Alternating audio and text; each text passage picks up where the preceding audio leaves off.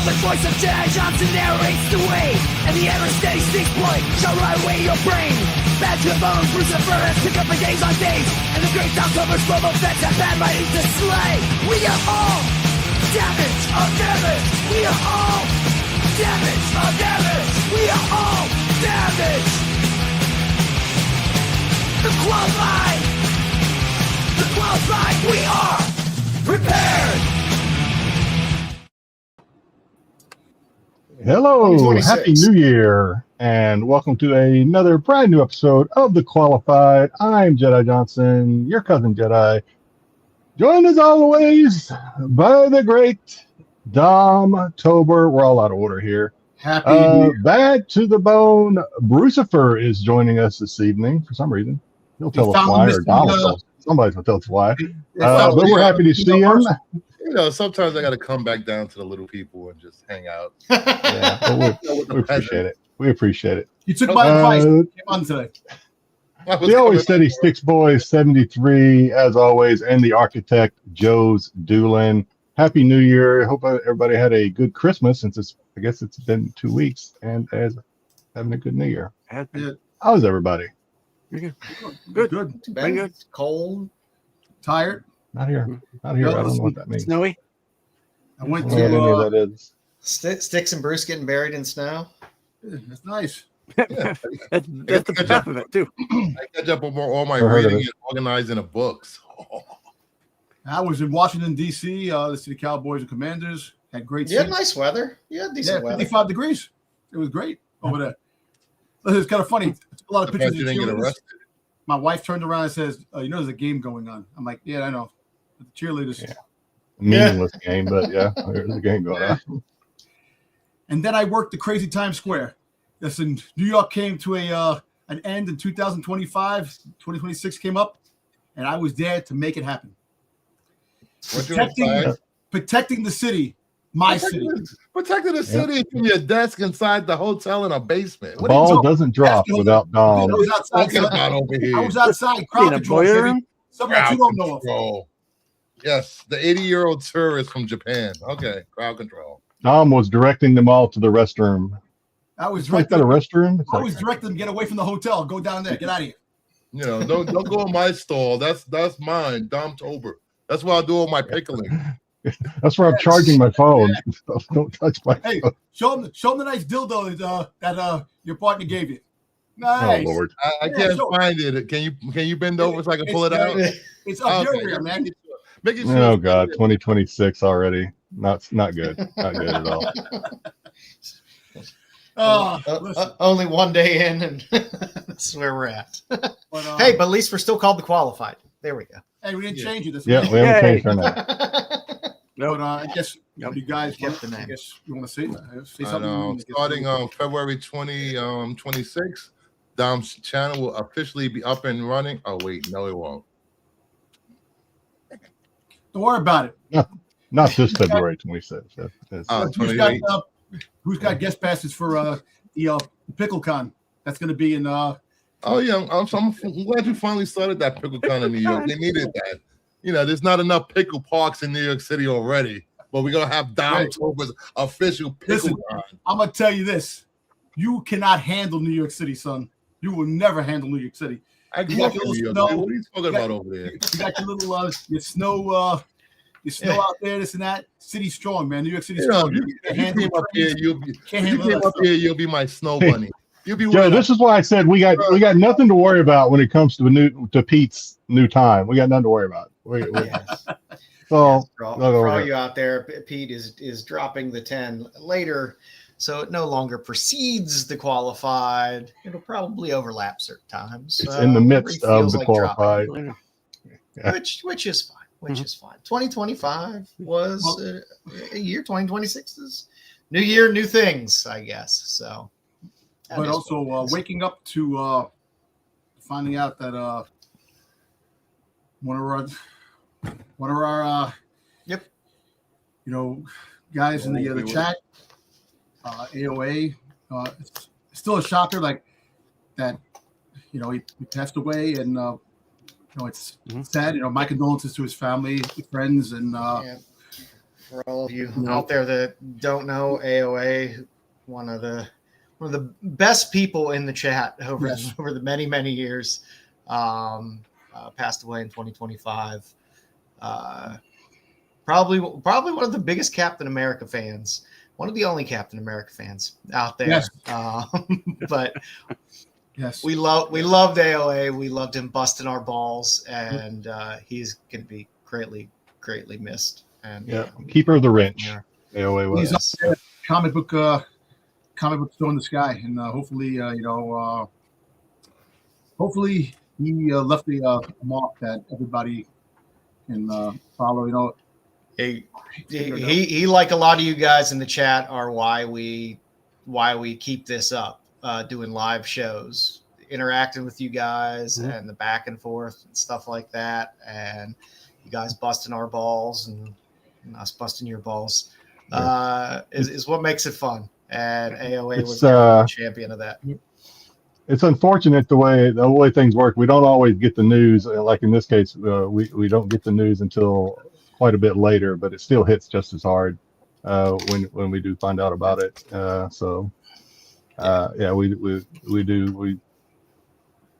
We do miss him, and again, like Dom said, condolences to. I know he had a brother, and condolences to his family, and it hits just as hard, and he will be missed. So definitely. The thing is that look, we're here for a short time in life, man, and we try to make the best that we can.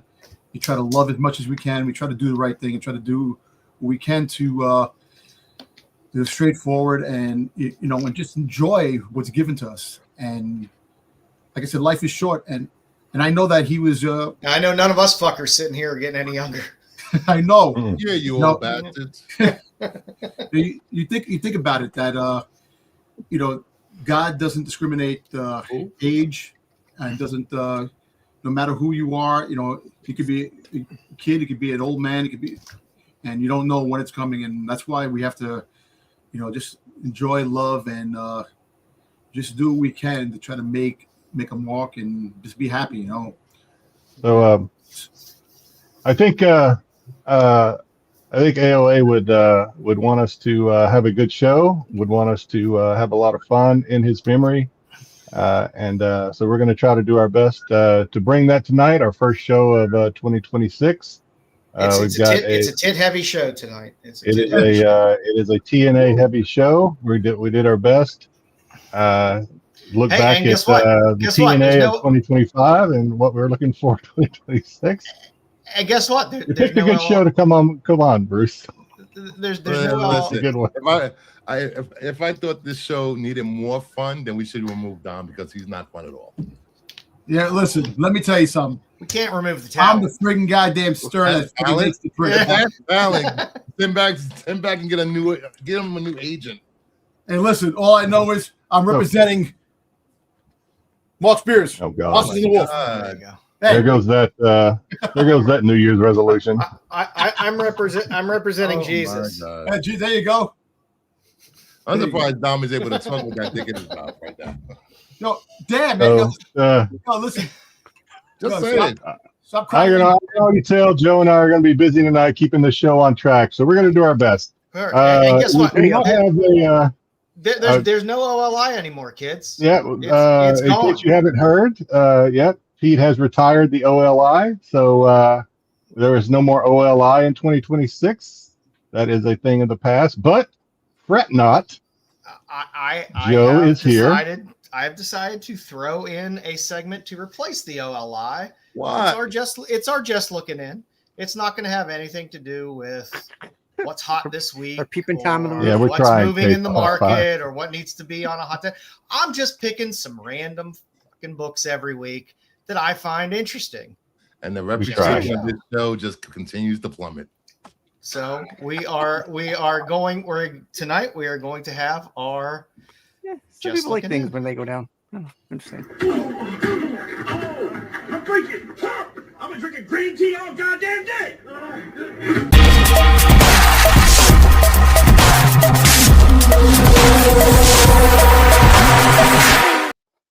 Speaking of green tea, when did everyone start doing green tea shots at bars? When did that become a thing? I don't know. I don't know Yeah, what board was you a go thing. to. I've never heard of that, man. When this generation I became Central New pussies, York I don't thing. know. I don't know. I'm not sure. Green tea shots. I don't know. Well, what's in the green tea shots? I don't know. I'm not drinking that. I'm a man. I don't drink green tea shots. I don't know. I beg to differ that one. All right. So I got 4 books tonight. Hey, every week, I don't know. Some weeks it might be 1 book. Some weeks it might be 5. Some weeks it might be 4. This week is 4 books. I don't like to be tied down to a number because sometimes I get lazy or sometimes I find a lot of things. So I got 4 books for you guys tonight that are just interesting books to think about. Up first, we got G.I. Joe number 6 from the old IDW run. This is the 1 in 10, the Sealy. This RI goes for a nice bit of money. I don't know how those comments get popped up on there. Take those comments down. Who put those on there? I wish I knew how.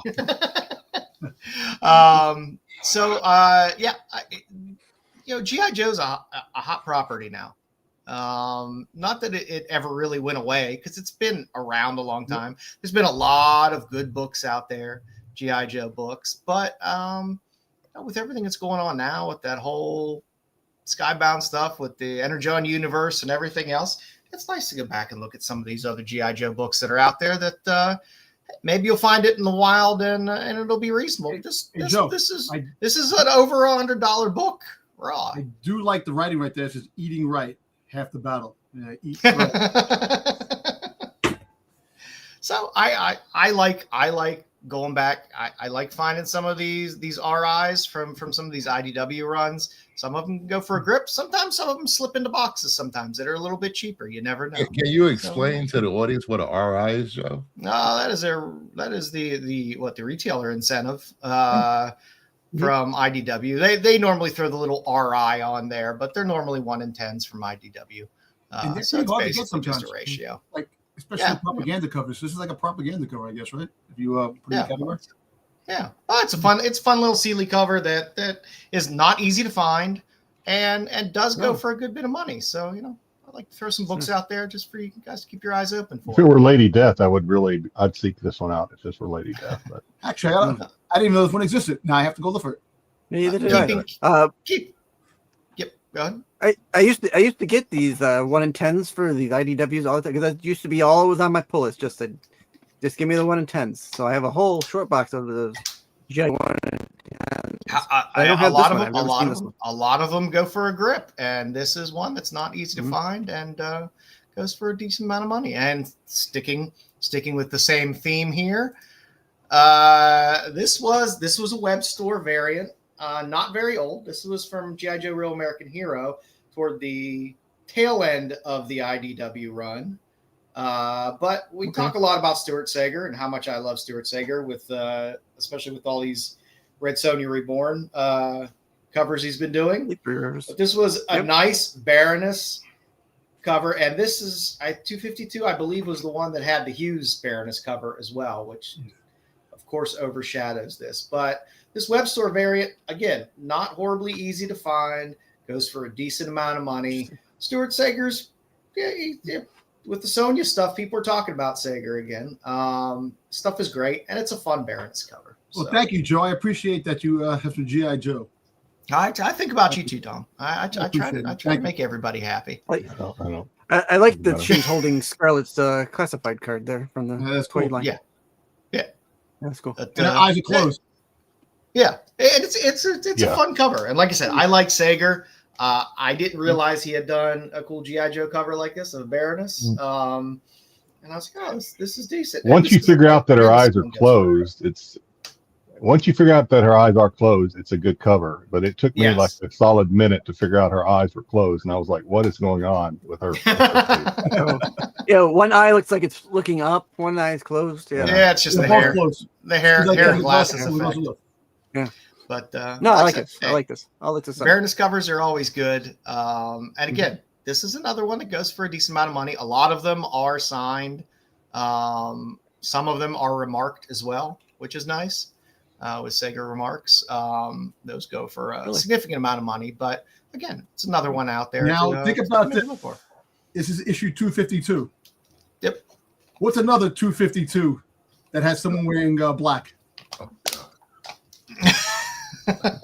Darth Vader. Amazing No, Spider-Man. okay. All right. Spider-Man. Okay. Yes, but All right. she's much Fair better. enough. She's a much better outfit than. I did not get the correlation, better than but Black okay. I didn't either. I understood the reference. I'm just saying. I thought I'm Darth sorry. Vader, and then I kicked myself for not saying Boba Fett. But then, yeah, okay, Spider-Man. got it. Jedi, please do not try to defend Dom tonight. It's a new year. Hey, listen, hey Bruce, come on, man. I'm trying to be a new me for freaking the new year. So far, it's not working. You're still not making any sense at all. It's all right. All right, next up on our list here, another IDW book, another RI 1 in 10, Amber Blake. This was a 4-issue series. All these Catherine Nadeau variants that are in here she did, I think, all 4 1 in 10s. For issues 2, 3, and 4, they'll go around like $60. Issue 1 will go for a little bit more. It's just one of those weird little titles that's out there. Cool covers. It's just these little indie series. I find them in dollar boxes, not this one, but you'll find these IDW little indie series popping into dollar boxes sometimes, 50-cent boxes, $5 boxes, whatever. This is another one that, could be a nice little 3-digit raw cover for you. Yeah, see, there you go. JJ knows. And like I said, all four are great. But like I said, you never know. So a lot of times these little indie series get picked up too, and then it goes up even more. But again, something to look for out there. Nice little indie series, some cool covers that could get you a little extra money. Yeah, and look in your magazine boxes, because that's where some of these things go. When What's they're a magazine? Off size. Yeah, exactly. And last on my list, fun one. Good job trying to find any type of price for this a lot of times. But Justice League Dark 31, the 1 in 25 all red Batman 66 variant is great. I love that whole Justice League Dark run. I love the all red covers. I love anytime all red is doing any of the Batman 66 stuff, or truthfully anything. But this is a very hard one to find. But again, it's one of those books that sometimes you find it out in the wild and somebody doesn't realize what it is. Hey Bruce, you have this book? I don't know. I gotta check my new 52 boxes. This book will go for. I'd be surprised if you do have this one. You love the gist covers, right? Good luck. You'll maybe find one on eBay listed for about $250 or so raw. $250. Yeah. You won't see too many if you try to look through for raw sales and stuff. You're not going to find very many. I know I have that Justice League 31. You'll find Justice League 31 with the all red cover. Yes, but the Justice League, because that's a Jessica Cruz thing. Yes. But this one is pretty hard to come by. It's later in the Justice League Dark run. It's a 1 in 25. It's a little weird cover, but this one will go for a grip out there. So keep your eyes. They are. Dom was vectoring in on the joke I was actually going to make about the glub glub glub, which is the sound I hear from a couple panelists when we have Mark Spears on the show occasionally. I won't say who those panelists are. It could be. Hey, don't put my face up there. Put Bruce's face there, man, because here's the real guy. The real. Go ahead there. I don't mention Mark's name every other sentence on my show. I don't. Not me. So those are my books for this week. I hope you like this segment. Like I said, since we've been orphaned by Pete with an OLI. It was nothing but absolute Batman there going on anyway. So So I find it fun to grab some weird older books that are out there that are kind of interesting, that are a little harder to find, something to maybe keep your eye out for. We do have Bruce on, so we'll get our fix of absolute Batman anyway. Yeah. All right. I like off the radar books. They're more fun. Let's say hello to the chat and happy New Year to everybody in advance. We do have a chat. I do have two of these that Of course you do. Yeah. All right. We will do. We are doing pickups later, so go ahead and have those prepped, Dom, if you plan on opening those. so that it doesn't take 20 minutes for you to open up a blind bag. All right. Tommy Longbox is getting the gold today. What is GT is here? He is here or was. The qualified crew rocking into 2026. 2026. Let's be having you fellas. Okay, I probably read that wrong, but what's going on, Tommy? Glad you starting the year off on top of the podium. Good job. GT Key Comic, happy 2026, bringing in the silver medal. Congratulations. We know you'll be back on top. Happy New Year to you, GT. The great Cosmic One coming in third. Yo, Happy New Year. What's going on, Cosmic? Glad to see you. Cosmic echoing our sentiments to the late great AOA. Yep. Paul Gundrum. What's up, guys? Happy New Year. What's going on, Paul? Glad you are here. Speaking of great, Tyson the Great. Happy New Year, guys, and hopefully 2026 is better than 2025. It better be. It better be. Keep the good stuff coming, Tyson. Always a pleasure to see Tyson hanging about. Oh, by the way, that makes me that reminds me of something. You see, as Pete on his picture there, Pete got a wrestling ring for his kid, and it's huge. Oh yeah, I saw that. So I kind of like, I said, my God, you're so easily distracted. I'm just saying, Pete could have actually wrestled in the ring itself. That's how. He's saying that it's regular. He's saying that Pete could actually wrestle in this tiny ring. I think is what he's trying. I can see that. Yeah, that's what he's getting there. Grumpy Gus, what's going on, Grumpy? I love Jedi stuff. And we figured out last show, I believe it was, that Gus is not Grumpy. The dog's name is Grumpy or Gus or something. I don't know. I thought we figured it out last week, but I've already forgotten. Let's see. Who else we got? Of course, JJ is here, gracing us with a rare, but always exciting and pretty solid presence. The great JJ. Back before Joe was the architect, JJ was the man behind the curtain. Those that remember back that far. Those that know what I'm talking about. If you know what I'm talking about, you know what I'm talking about. All right. Tyson, is that Wang Wang that you have on your avatar? No, it's Pete. That's Pete. I thought it was. That's Pete. I thought it was. Is that Pete as Wang Wang? Yeah, it was Pete as Wang. I thought it was tattoo. I have no idea. That's even better. And Lord of Brooklyn BK, Happy New Year, and again, rest in peace, AOA. Anyway. All right, let's see who else we got. Don't want to miss anybody, especially this very first show. RP836, just in time. What's up? What's going on, RP? I'm seeing titties. What's going on? Oh yeah, I'll take that. Oh, I got that one. I have that one. Oh, nice. Preview.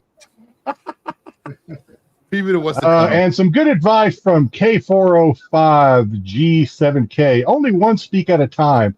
Not as easily done as said, but a good recommendation and one that we always try. Well, some of us try to do, but it is something that we aspire to do someday.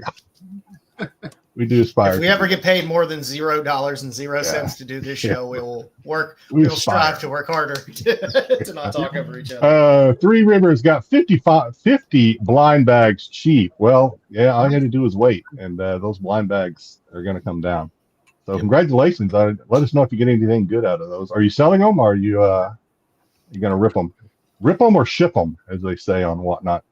Oh yeah, look at Bruce. Look at Bruce. Yeah. You haven't sent that in yet? Is that your third one that you've gotten? No, you just you email them and they you email a code, the number, blah blah blah, and they. Oh, so you just gave everybody the number? Okay, was the number on there? The number's on the back. He gets he gets a one-on-one peg. He gets the only one pegging. That's what happens with that ticket. Why am I always in your mouth every show? Always in your mouth. You can't keep me out of here we go. This is what I'm talking about. Timothy Brand, happy Friday to you, Timothy, and happy New Year as well. A lot of new faces. Are we on your channel tonight too, Bruce? Is that why I'm seeing some new faces, some new names? No, just because you're here. I popped it off in a couple of the group chats. Oh, okay, all right. That was Paul again. What happened? I thought I had somebody else. Well, it's good to see you again, Paul. Good to see you again. Thought I had somebody new popped up there. Let's see. Timothy, did we say hello to Timothy? I think we did. I do see Ed. If not, I see Ed in there. Ed's there. Happy New did Year. I pass up? If I go past somebody, pop them up for me because I bring up Ed because maybe I didn't see him. Timothy was the first ticket winner from the Halloween bags. Ed LeBoo. What's going on, Ed? Good job. Nice. Yeah, I Happy met New him Year, in Ed. Baltimore. We have Jim the Bag Snob. That's Hey, Jim. Happy New Year. Love it. Love the What's up, name. Jim? Jimmy. It's the new year. Same name. I got to get better. Same name. I Did got to change get the some name. better specs. Got to get some better specs here if I'm going to do this. Uh-oh. You're worse kept than it Marco. qualified for a can't while see- now. Marco can't see shit either, man. Come on. We've kept Who's our Santa? name branding for a while now. We're pretty happy. Which one? Which one of us?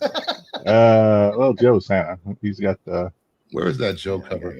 I guess mine's the longest. Jim the Bag. Okay, I did that already. I liked it so much I had to bring it up again. I think that's it. Skinny Joe. There you go, Joe. If we missed you, There we we go. are sorry. We'll try to I do wish I better was next that skinny. time. Happy New Year, everybody. All right, what are we doing next? Are we doing pickups or I can't? Let's do some pickups. Why not? It's been 2 Why weeks. not? It's been 2 weeks. I can't It's remember been what 2 it weeks. I tried to. I'm gonna try to not be too crazy this week. And truthfully, some of my best picks, some of my best pickups and pickups wow. of the year were actually from JJ. Oh, nice.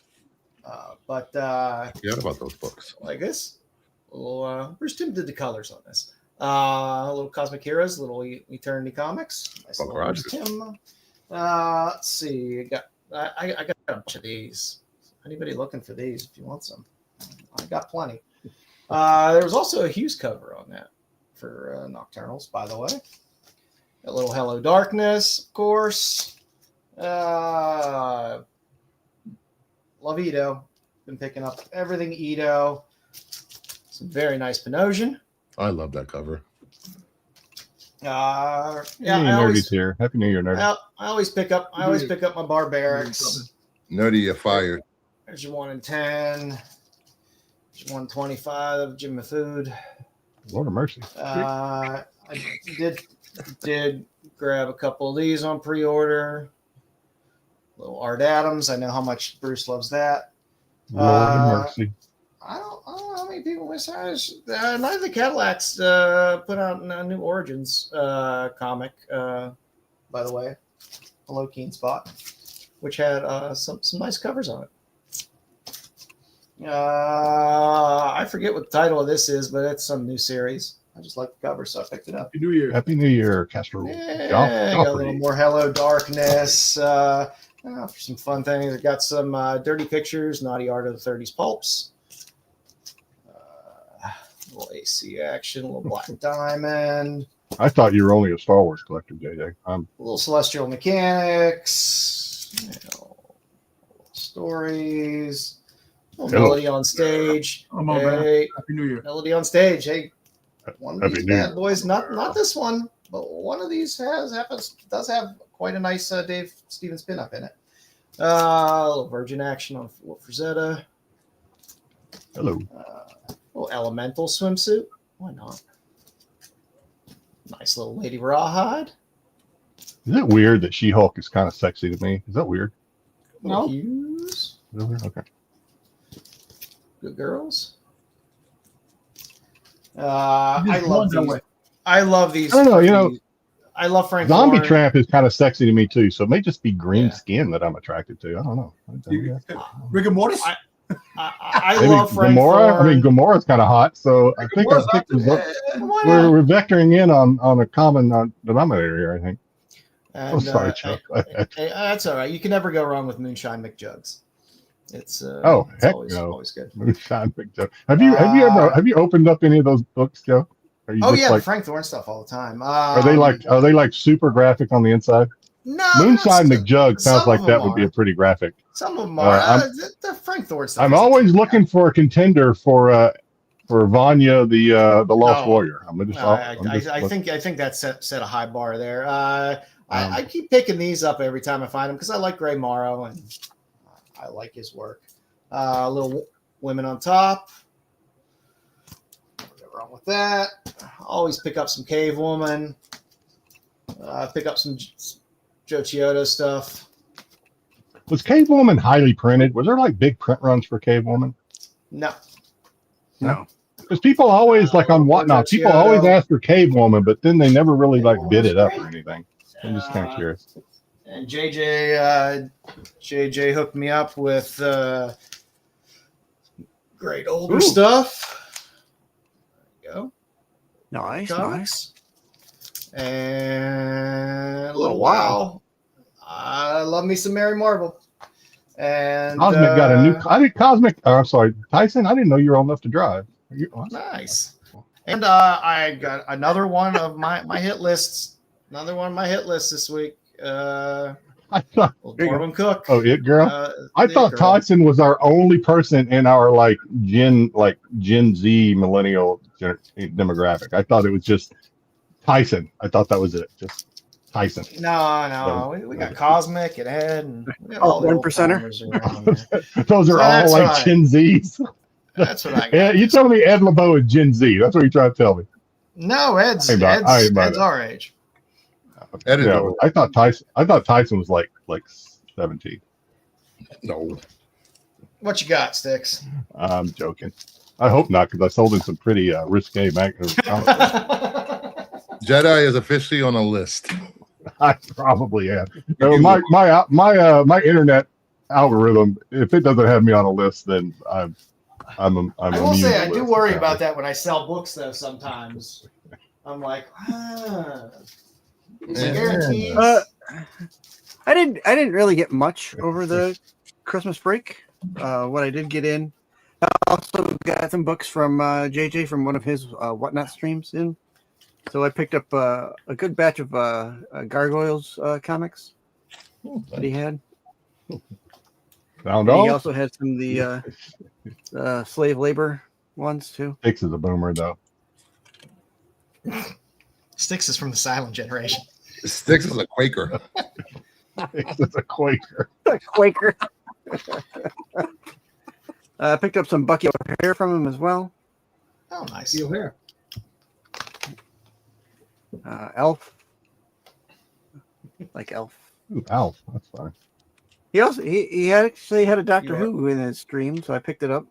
Nice. This is a You are very correct, Mama Bear. You're all guilty by association. Yeah. I think being friends with Joe actually makes me look better. That's a lot. They look at me and they're like, oh, wait a minute, this is the big fish over here. This is where we need to be focusing our. Joe's doing corrupted minds for 40 years. Hey, I got, do what I can. I'm going to admit to you on stream. I'm going to admit on stream that I got caught. I got caught with some FOMO. I got some FOMO. Oh, at least that's something else. I got caught in the internet. I got some FOMO. So they have these. It's the new Funko. Now, Dom, I know you got maybe an in with this for me, so you tell me. Well, I started getting these. Killjoy. Let him talk, Dom. I'm just saying. The name of Killjoy. Jeez. Yeah, so the Thrill Joys. Yeah. They had these Jokers. They were exclusive to one shop, and the reason I was trying to get it is for the King Tuts. Nice. Yeah. Because that's the Ultra Chase. That's the Ultra Chase. I've got a nice stack of Jokers that I purchased. So you know what's funny about that? Those little, what they call Thrill Joys. Thrill Joy. Yeah. They're actually the same size as Pete, so Pete can actually live in those boxes. There you go. Damn. Yeah. I did get a couple of the chases with them. Yeah. That's where Nice. that's where Pete runs when Pete runs to those boxes when he's in trouble with his wife. He goes to this I just stand still. He just goes to this. That's his fortress of solitude. He just goes to his box. Well, you see, Styx, the Shira had the Ultra Chase was Hordak. I just can't get it. Oh, nice. You got a little Vito. That's pretty cool. And I got and this was one of their giveaways. So I did get Yeah, a how many did you buy, Godfather. man? You don't know. All right, now I understand. That's one of those questions you don't ask a collector. I'm with you. I'm sorry. I apologize. I May should your, never may your ask. first son be a masculine one. Yeah. That's right. Come to me on the day of my daughter's wedding. And I'll let you make an offer you can't refuse. Yeah. There you go. That's it. That's it for me. As up. Styx father. Jedi, what you got? A little. All right, I don't want to. Oh, yeah. Turn on. I like that. All right. Got some signed books. Got a Carla Cohen art book. Nice. Oh, More art very books, people. I got More art art books. I got a Perillo art book signed. Nice. Or I'm gonna say most all of these are signed, so I don't have to keep saying that. Panosian, Vampiro. Alas, poor York. I got an Ali Garza, Deja. Nice. I'm gonna mess up her last name. It's Katya. I can't even Katya. I'm not even gonna try to butcher her last name. Red Sonja set, signed by Katya. All right, got some more Perillo. X-Men, whatever her name is, Magic or whatever her name is. Magic. All right, a couple of weeks ago, I said that Lyrics did one of the best Poison Ivies that I think I've seen. It is definitely Lyrics vibe, so that may be, but so I got a signed copy. I think this is like a really good Lyrics Poison Ivy. Yeah. Personally. So this is, I got two of these, so hang on, let me.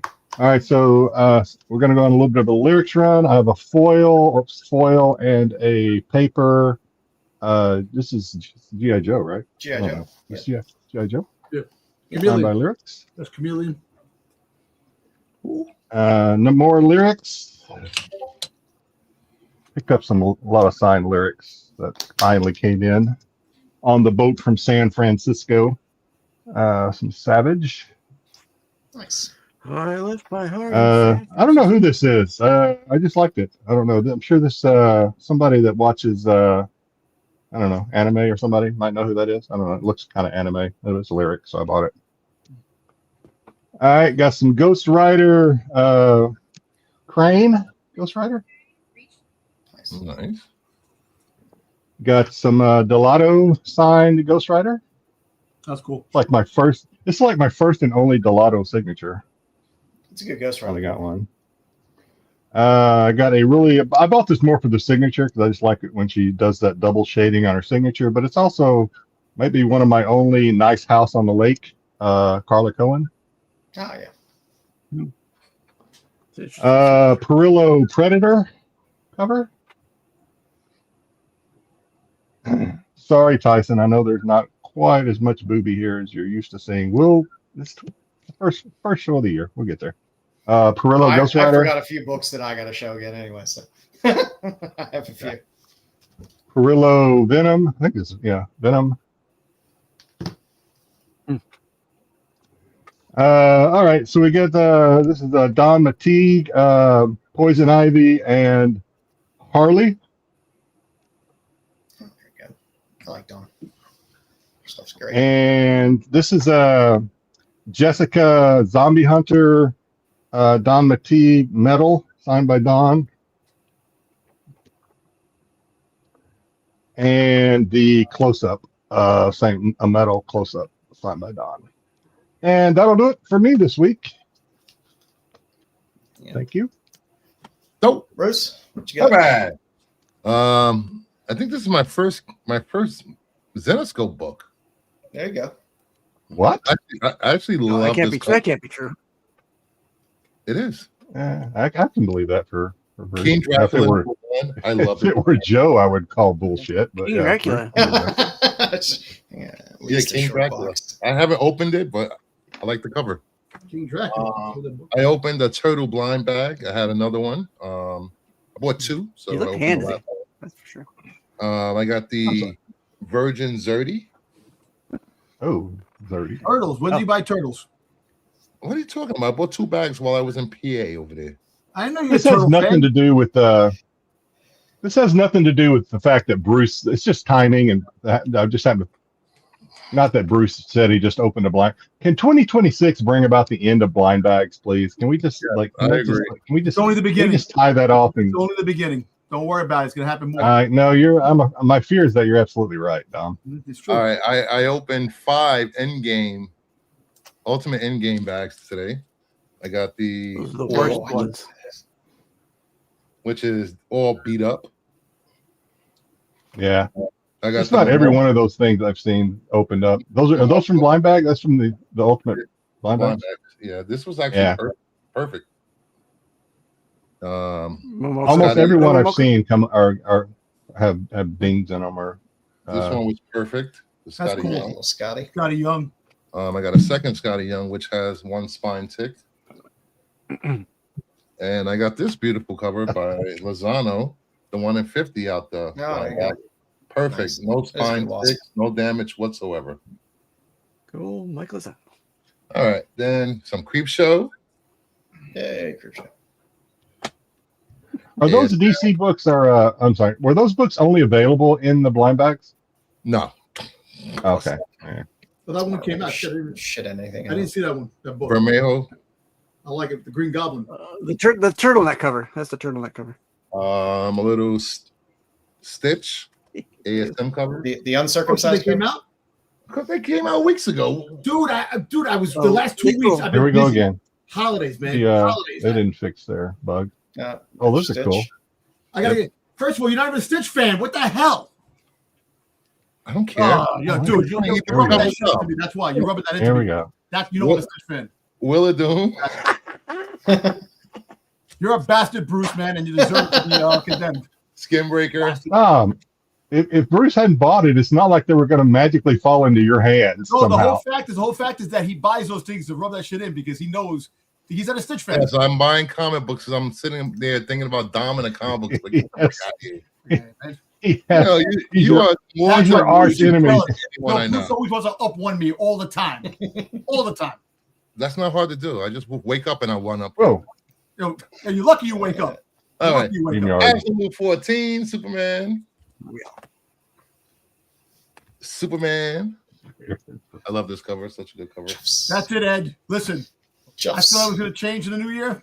That's the biggest joke going. I'm going to be worse in the new year. Superman. Detective. I love. Nice. Smallwood. Smallwood. Redwood. Red Hood versus Joker. Red Hood versus Joker. Red Hood versus Joker. Static and Batman. Batman Beyond. Yep. So what's this? Superman 33, Lex versus the Demon. The Lotte. Nice. Justice League Unlimited 14. Little booster. You don't like Booster Gold? That's my you don't like Gold. Bravo. Thank you, Styx. I wanted you to do that so bad. I was like, yeah, it's good. You don't like him. How dare you buy Booster Gold? I got these off of Midtown. I got that one too, though. Signed. Absolute Batman 15. For $10. Nice. $10. It looks just like you. Were they streaming that? Were they streaming that signing on Whatnot? Seems like I saw. I think so. I think so too. I think I saw that. You say you got this from Midtown? Yeah, Midtown. They were like $10. Yeah, Midtown. If you want signed books, Midtown is not a bad place to pick up signed books because they're cheap. He signs there a lot. Seems like. Yep. They don't run up the price on a lot of those, and no, they like double. Go back and look at the back issues. You can find some signed stuff there. He must live like right upstairs. Nice. He signs there all the time. Copy of this, hard to find. Another hard to find. This is rent free in their basement, I heard. Nice. Oh yeah. Yeah. Are you sure? You sure he's not chained up down there? And I didn't have to. I didn't have to take out a loan. Oh, we'll let you out. Nice. Little Mark. What? Is that the mark that touched Hulk Hogan? Is that what you call it, little Mark? No, that's actually Mark Spears. Is that no? Shut up. I'm gullible. I'll believe anything you say. Is that No, really Mark Spears? That is actually him playing with toys as a kid. That's funny. G.I. Joe Spears Virgin cover. Macaulay Culkin looking. Macaulay Culkin. Action figure Spears variants with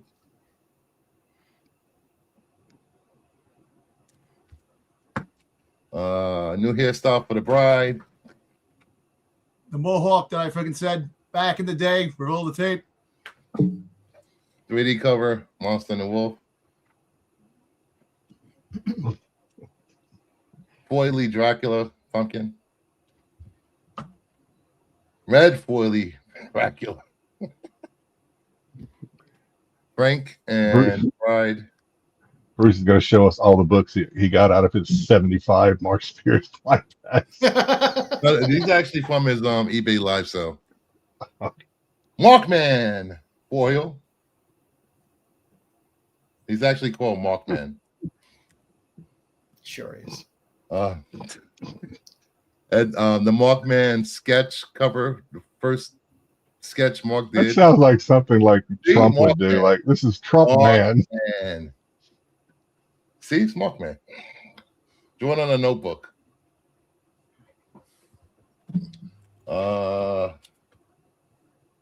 Website exclusives, Dungeons and Dragons homages. More foil homages. Jesus Christ, kid. The metal. Why can't you just buy titty books like the rest of us? Thanks for hanging around with Merry Christmas. That's a 1 of 1. It might be a 1 of 10. It might be a 1 of 10 from what I understand. Maybe a 1 of 10. Okay. I think only 10 people got these. And that is it. And you got 3 of them. Nice. All right. We're gonna go to Dom and see if he even started opening his bags yet. Yeah, I did. Okay. It is a new leaf for Dom in listen, 2026. Yeah, well, all right. I don't know. The last 2 weeks, I've been busy. I was away, and then I was working, so I couldn't get to the comic store, so I have to try to get some books. Bruce friggin' rubs that shit in. Okay, you bring me back up. They asking to see my ticket. Yeah, your pegging ticket. There we go. There we go. 25 days of Krampus found. There we go. There you go. So I opened, see what's what. There you go. I'm surprised you didn't suffocate yourself with that bag trying to open it. All right, so I got a Chrome. Giggles helped him. Sure. Giggles, he had to ask Giggles for the scissors. He's like, hey, it's the joesduelin. That's the silver screen. I said I wish I was that weight. He buys 2 books and gets that. 2 bags. was that a good one? Let me see it again. Was that a good one? Yeah. It's a 1 of 666. Oh, Nice. Cool. I got the Mark of the Demon there. Thank Did you. you open the book to see if you got a ticket? Nope. Let's see. If you get a ticket, that'll be awesome. Well, wait. Nah, where would the ticket be? In the middle, right? It'll be under the front cover, in the middle, anywhere in the book. Nah, no ticket. No ticket at all. All right. You get an email from Mark if you were going to get a ticket. Dom will open it up. Dom will open it up and 2 will fall out. Let me see. With his luck. What are you doing, Dom? You have this like shit. What are you doing? Let's go ahead. Oh, this looks like a common. Hey, Nice. I believe you. Open the book, see if you got a ticket. this is it. Nah, no ticket. No ticket. No ticket. That's all right. Hey, at least I got one of the books. 666. 1 out of it. Not bad. That's it. Really, actually, here. That's it? No, I got this too. New Boba Fett Black Series. Of course, another Boba Fett. I'm really going to scale down this year, guys. Well, actually, listen, I am going to scale down. You've been saying that for 3 years. Get out of here. I'm actually going to get myself something down the road. I think That's worth it. Something that I've been wanting for a long time. So. How about Styx and I Professional head down to New York City, and we just grab all your long boxes and just take them with us. I was gonna say that that Boba Fett Mark Jewelers is no longer out there, Dom. So Yeah, I know. Dom, Hey, You listen, could have had it. you You missed could that. have had it. You want to missed hear your chance. something really crazy too? So apparently, I was talking to a bunch of cops on New Year's Eve, and one of them was from Staten Island, and I told him I had a storage unit in Staten Island. He goes, "When's the last time you checked your storage unit?" I'm like, "A couple of months." He goes, "Check them because there's been a lot of break-ins in storage units in Staten Island." I'm like, "Oh Jesus!" So I haven't gone. I got to see what happens. I was hoping if something, God forbid, did happen to my storage unit, I would definitely get a call, but I might have to go over there and Get insurance on that thing. I was gonna say it might be worth the insurance payout. Yeah. Not really. Not really. Because the more you put money on it, the more you have to pay for the storage unit. Dude, I'm not paying $500-$600 for a storage unit a month just to keep my stuff there. And stuff I really don't want. With renter's insurance? No, well, I got I only put not much. The storage unit is worth a lot more than what I put on for the insurance. Yeah, just go to the post office, grab the medium size flat rate boxes, and just start packing them and send them out to Styx and I. All right. I'll send you packages. Like each package would be like $100. I'll send you that package. You buy them, and What are you talking about? it's like $500. I'll drive my van down and we'll All right. load it up. And... Yeah. Let's go. Let's do it, man. Listen, Let's go. drive We got down. our. I'm willing to. Let's do our now and laters. All righty. So for this week, Ooh, that middle one's cool. Belzebabes was a Kickstarter. Had some fun covers. Figured throw it up there. Slow week this week. Very slow week. Spawn Dark Ages had a nice Ryan Brown cover. It's a cool cover. And Sorcerer Supreme, all the Dodderman stuff. Anytime he's drawing Scarlet Witch, they're pretty cool covers. So that's what we got on for this week. Again, very slow week this week. Very slow week. Not much out there. And for later, we're getting a nice Jenny Frizen. Like all of them on Hello Darkness. They're all fun. It's a fun Jenny cover. Hello Darkness still killing it out there with fun covers. And fun one here. Antarctic Press has a one shot out here. Cosplayer versus Shark. Just a fun cover there. So it's fun. And Arctic Press throws out some interesting stuff every now and then. And like I said, I'm still on this Stuart Sager bus, and Sony Reborn 6 will have a nice 1 in 15. All of the Sager covers have been fantastic for that series, even if the series itself has been a little disappointing in between the covers. So I'm trying real hard to like that Jenny Frizen cover. Frizen collectors, I'm sure, will really like it. It's a terrifying thought behind the cover of hands trying to grab you, but I don't know. I'm just getting a little tired of Frizen covers, maybe. I don't know. I do sometimes too. There's just not that much out there. We did our looking forward to 2026. I don't like repeating stuff.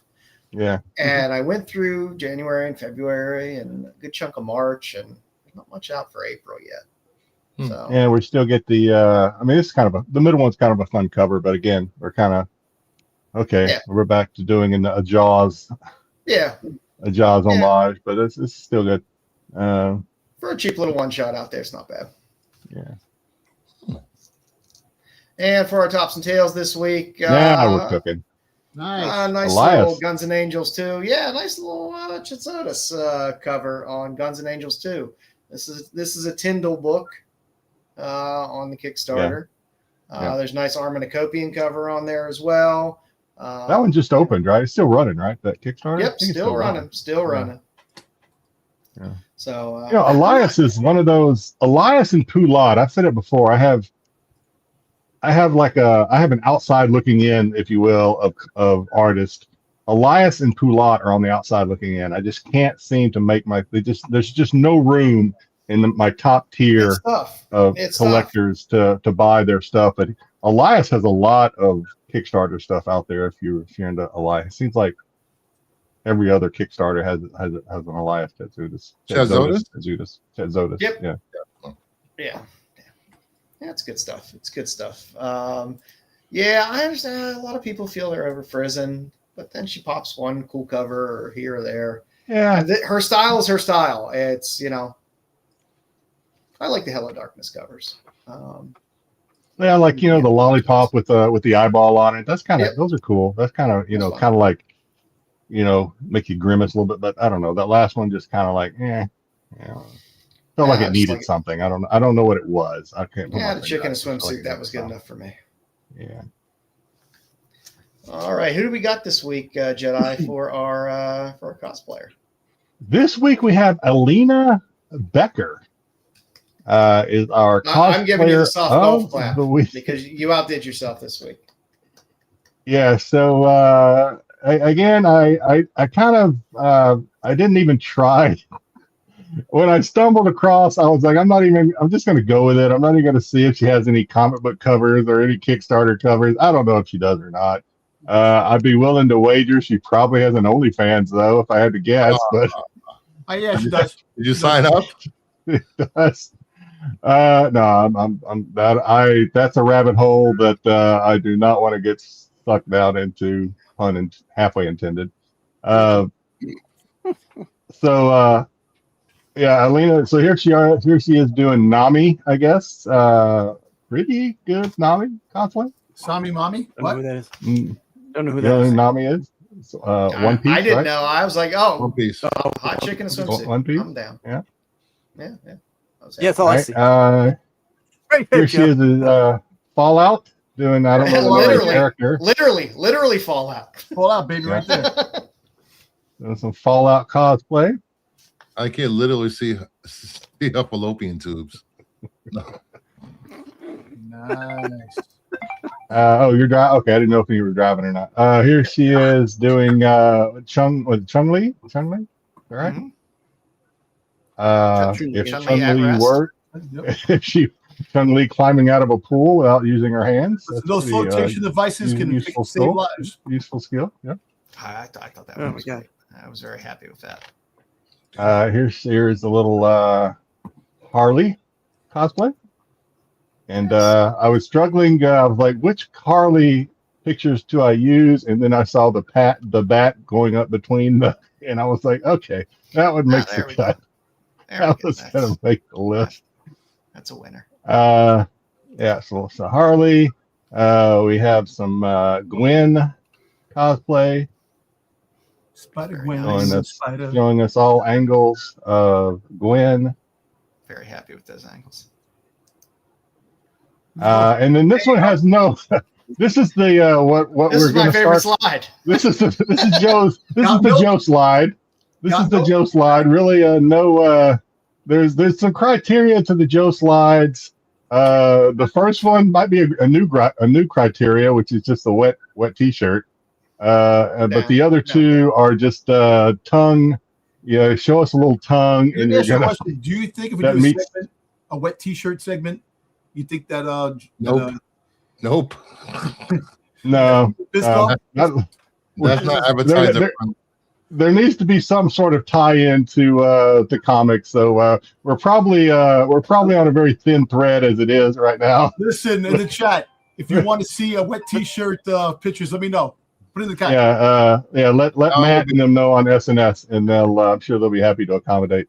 So we have anything with a tongue sticking out will probably meet the Joe criteria, as well as if you pour any sort of liquid down your body, you might make the Joe criteria checkbox. So there you go, Alina Becker, ladies and gentlemen, your cosplayer of the week. Nice. Welcome to 2026. Definitely, Enjoy, I will say, definitely outdid yourself this week, Jedi. Check her out. I know for sure she has an Instagram. It would not surprise me if there was more. Listen, I knew Jedi had a good cosplayer this week because he was already toting it on the Doctor Who show 2 weeks ago. Nice. And I would like to I would let the Yes, you are. let the audience know that Jedi is now not wearing pants.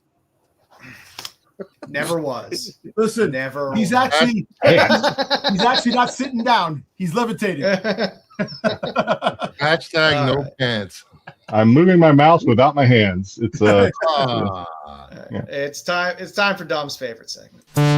It's time for the That's Not a Comic, That's Not a Comic, Salia Comic, Salia. It's time for the That's Not a Comic, That's Not a Comic, Salia Comic, Salia Comic. Oh, cool.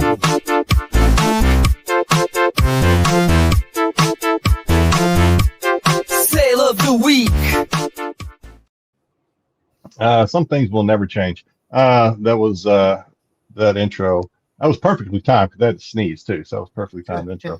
All right, so yeah, this normally when I send Joe my slides for whether it be for Cosplayer of the Week, which usually gets a very excited response, and normally when I send him the That's Not a Comic, I get a like, hey, that's a good one. This week I got crickets, so I don't think this is necessarily a good That's Not a Comic. I was out of town as well, so Yeah. I wasn't looking as I was looking at the Cosplayer of the Week. So, but maybe this is I don't even know how I came across this. I was probably doing some sort of search for New Year's Eve something that corresponded with the New Year. So this is what we came up with: menus from New Year's Eve events that are vintage, we'll say.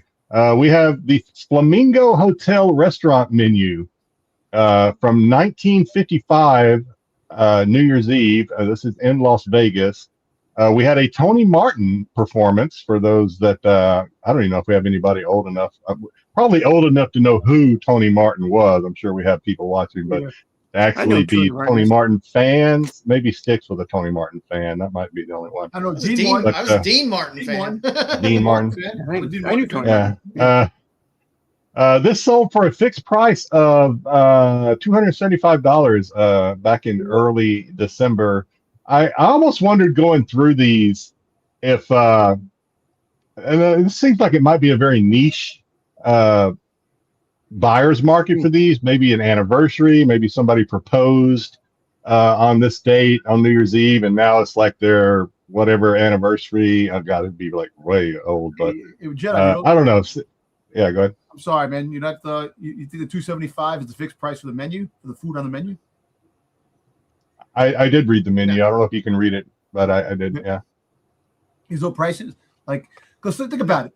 Next, sold for $275 fixed price on eBay. How much would okay, aside. So it's not how much the meal was. Near like. No, that's not how much the meal was. No. In Times Square, you have an event in Times Square, a $10,000 fixed meal across the street in the restaurant across the street from where I work. Think about it. This is Las Vegas. Back in 1955, how much would that meal cost? The starters, the entree, okay. Dessert. I understand where you're. Your meals comped. Your rooms comped. Yeah, I think I understand what you're saying, but in this case, somebody bought this menu for $275. Okay, all right. Yeah, that's not how much the meal cost, but yeah, okay. The meal didn't come with it. They didn't sell the meal. Yeah, I'm sure it came with the price of admission, I would have guessed. We also have the Shamrock Hotel restaurant menu, New Year's Eve, 1951. This is in Houston. Now, these people, I have no idea. Sophie Tucker is an entertainer, and I think Ben Blue was a comedian. I had to do a little research if I remember. Ben Blue is a comedian. A modest price of $46.08 on a best offer, sold in mid-October. I can imagine the Vegas ones doing better in this market of collectible menus. Yeah, people, Vegas collectors. We may also have some Playboy collectors, but this one didn't do crazy. This is Playboy Club menu from Great George McAfee. Is that like New York? I think that McAfee, New York. This is 1974 New Year's Eve. This sold fixed price of $49. I did not list any performers, so I guess you just had maybe dancing bunnies. I have no idea. But yeah, this is late October, $49. And the Waldorf Astoria, there are several. This one, the listing did not list which location this was for, but it did say it was for the Peacock Lounge. Their menu from 1953. It did say this is a metal menu. This is you had a Michael Zorin and his orchestra performed. This was let's see, I get my covering it up. $30 fixed menu back in early November. So all kind of crazy stuff because, as we know, and as you've heard us say on the show, people collect any and everything. They do. So they definitely do. So that is our not very exciting. That's not a comic, but it does have a New Year's tie-in. It meets the criteria of something we haven't done yet. We haven't done yet, so the streak is alive. It's fun. It's probably takes up a little more space than collecting matchbooks from places, but it's fun. Yeah. Or business cards. Or business cards. All right. Styx gave us something tonight. What? So, Styx? What? Yeah, so you are not having a massive stroke. It's just trivia with Styx. You did not suffer a debilitating head wound. It's just trivia with Styx. It's not CTE or PTSD. It's just trivia with Styx.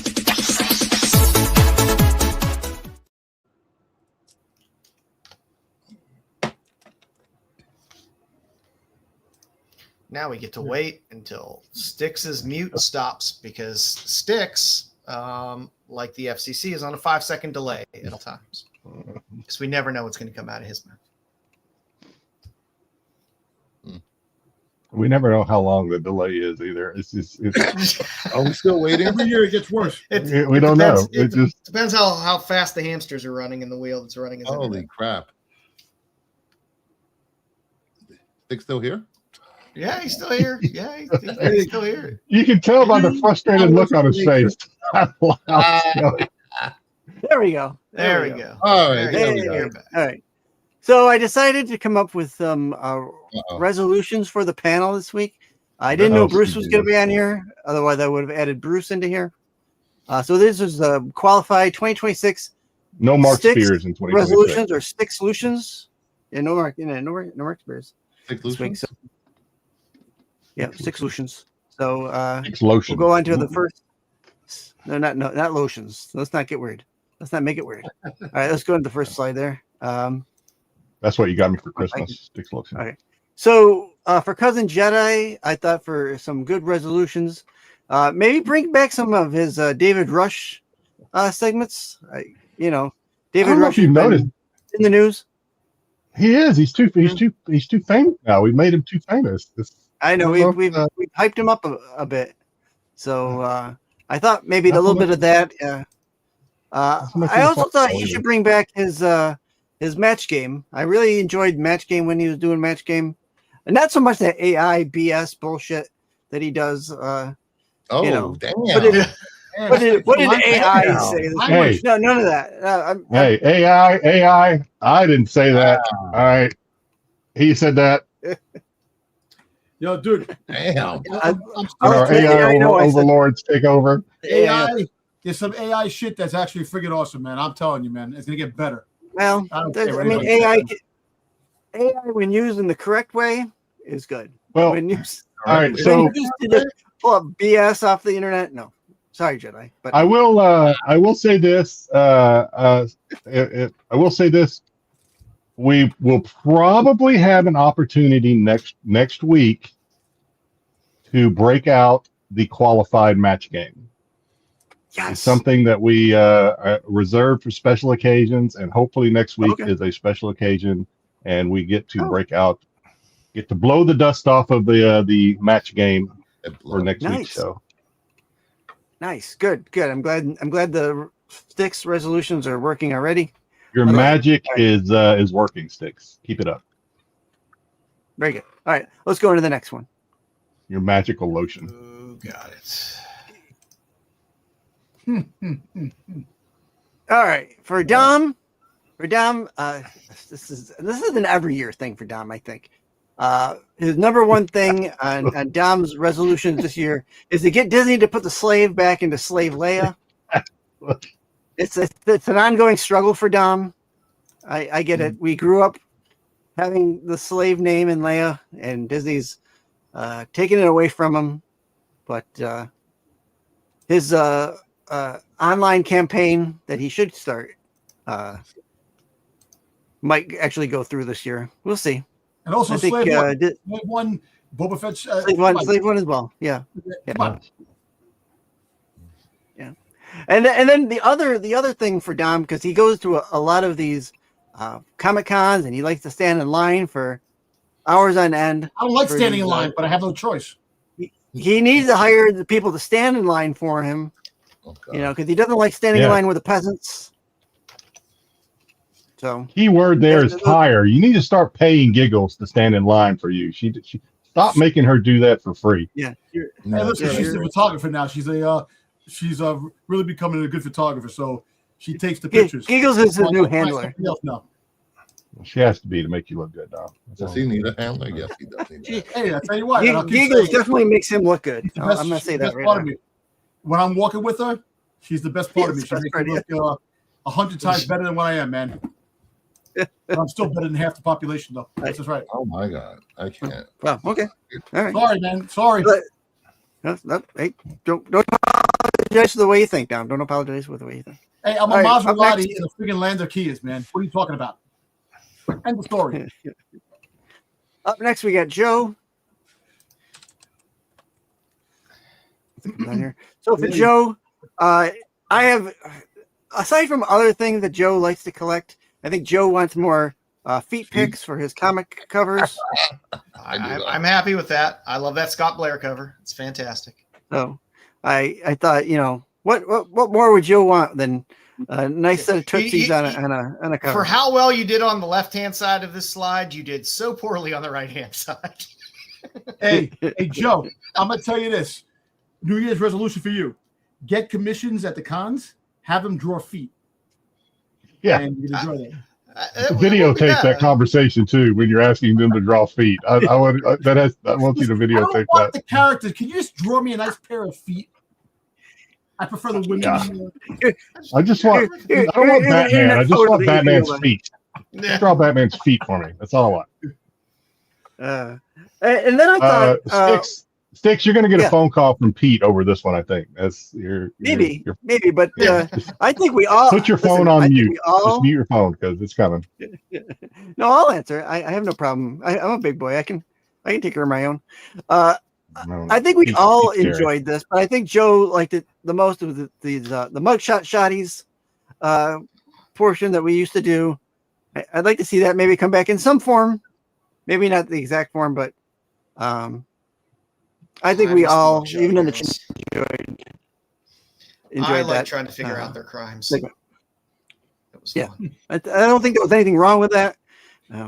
Pete aside, whatever. Cosmic, I'm Joe. I like feet.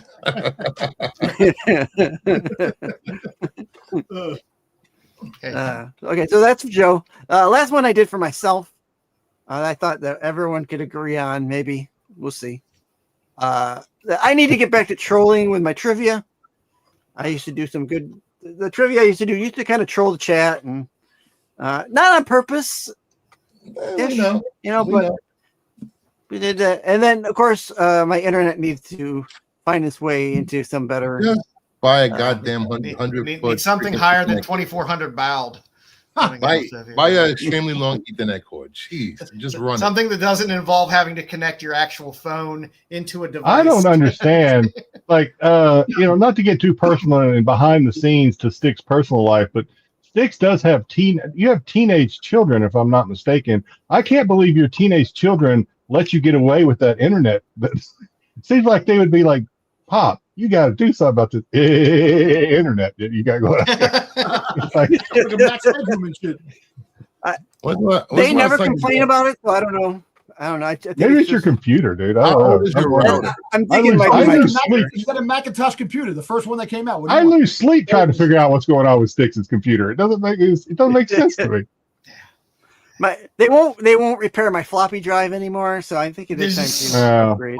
That just happens with age. They probably not I much. will say this: Styx and I do Upgrade have the this. same internet company. Just saying. Yeah, that's true. That is true. I'm upgraded to 3.5 disc this time. Is it? Yeah. What happened? All right. All right. So there you go. Thanks for watching. Thank you, Styx. Fantastic. There you go. Hey, that's my short beard. How old is your computer, Styx? All righty. So for the spotlight tonight, I figured we just go over some of our hits and hunts. So stuff that we picked up in 2025 that was either on our lists or for our PCs or bigger purchases that we really wanted, that we were looking for. And then some of our 2026 hunts of stuff we're looking for this year. So I think I got you up. I got you up first here, Jedi. So this is the hits from last year. We did this last year as well. So this was from my hunt list of 2025. I did pick up the Vampirella #1 Lucio Perilla Virgin. I did get it signed. I did want it CGC'd. I did not get it CGC'd. It's just raw. It's just a regular signed copy. But I did pick this up, so I will count this as a hit. I did get this. So that was number 10. I also did get this as well. I think I picked this up during our fundraising claim sale that we did for Kyle. I got this again, not CGC, but I did get this signed by Mark as well. So another hit. Check. It was the exact one I wanted too. Actually, coincidentally enough. Yeah, that was appreciate the best one. that. Yeah. And I got this. This was these are the harder ones to get. Actually, I did pick this up. I did get a 9.8, but it was not CGC. It was CBCS witnessed. This is the Star Wars #1, signed by Greg Horn, the GameStop exclusive. Those GameStop ones are hard to find. Yeah. Especially the signed ones. In good condition. Yeah. So I got this one. And I did get this one as well, although ungraded. I did pick this up in a lot of Vampirella magazines that I got. Yep, it's right over there. I think not hard to find, but to find in decent shape is getting tougher and tougher. Yeah, the one I got is in pretty good shape, actually. I may not have any spine ticks at all. I haven't looked at it recently. I got this probably about mid-year. I bought a stack, if you will, of Vampirellas. And this was one of the ones. This was actually the main reason I bought the stack. But yeah, got this one. I hate that sometimes you got to buy a lot just to get that one you were looking for. Yeah, it's always pain. And this one too, another one that I picked up from Kyung Young this was as anything, whether it be Lady Death, Vampirella. If they have an American flag in it, I'll usually try and pick it up if it's not too crazy expensive. This one, I did get one signed, but again, not CGC, but I did pick up a signed copy of this one as well. This was my number 3 from last year, and I was able to get it. So that's a good one. Yeah. Got this one too. Got this one. Actually, I ended up getting 2 of these somehow. But I did get this one. I got a CGC. Well, actually, I got 3 if you include the second print that I got from Bruce. Actually, so I got 2 of the first prints. One of them CGC, the other one CBCS, and then I got the second print CGC from Bruce. So I actually ended up getting 3 of these last year. So you'll have all 3 of them. Yeah. And the #1 that actually outdid what I intended. I wanted an 8.0, ended up getting an 8.5 of Vampirella #1. This was probably my biggest my biggest big boy pickup of It's big last boy year. book. Yeah. This is this is a big hit from last year. I got it for a good price considering I wouldn't say I got it for like dirt cheap, but I actually got this for a pretty good price considering what an 8.5 goes for. So yep. This was and everybody knows Joe and I, we like our ick pots. We like what we like. Yeah. So this is I got some. This is the I believe this is Comic Elite, I think. Vampirella 673. This is the set by Ickpot. Not only did I get a signed copy, but they were selling first signed copies, and I'm a sucker for a gimmick a lot of times, so I picked up the first signed. It says first signed, and it has Ickpot's signature on it. I got the first signed set of this Vampirella set, which is and then the same with this one. This is a Ickpot's Red Sonja 17 set. I picked up the first signed set of this as well. So these are PC, and these will not be sold until my sons sell them for dirt cheap when I'm long gone. So yeah. So if you want.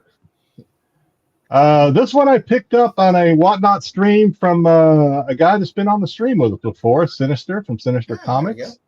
Had this on one of his streams, and I had never seen it before. Yeah, I haven't this seen is Kyungyeon Lady Death set. It says it's a naughty. It's actually kind of a see-through top. It's not really completely topless. This is the Apocalyptic Abyss. This is the raw set. This one is signed by Brian Pulido, creator of Lady Death. But yeah, this is picked it up. I collect Lady Death, obviously. Those that watch the show kind of know that. And this is EOM that I had not seen. So yeah, I haven't seen this one before either. Yeah, nice. And then I picked up a lot, not a lot, but where I could, because the prices on these can get a little crazy if you have a lot of like-minded people bidding. But I picked up some where I could, where the prices didn't get too outrageous. Some signed artist comp copies. So I was able to get these 3 Monty Moore Lady Death copies. I'm sure all of these I've shown during pickups during 2025. Most notable would be the Lady Death Star Wars homage, or Mandalorian, or homage, if you will. It's more, yeah. That's nice. Yeah. And they all have, they don't show it on this one because I couldn't take pictures of them. They all have the MM on the bottom for, instead of being numbered, they'll say MM for Monty Moore for his comp copies.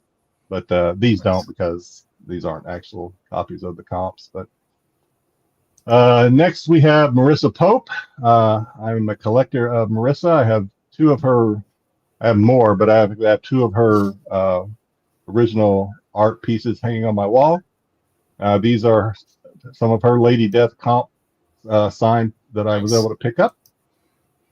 Same thing. These are, I don't know, again, Marissa Pope's not too outlay, she's not a huge name, but she is pretty well known for doing Lady Death and Coffin Comic and things like that, as well as some indie stuff. So her prices don't get too crazy, but she does have her collectors out there. And again, if we all get in the same room, prices can elevate quickly.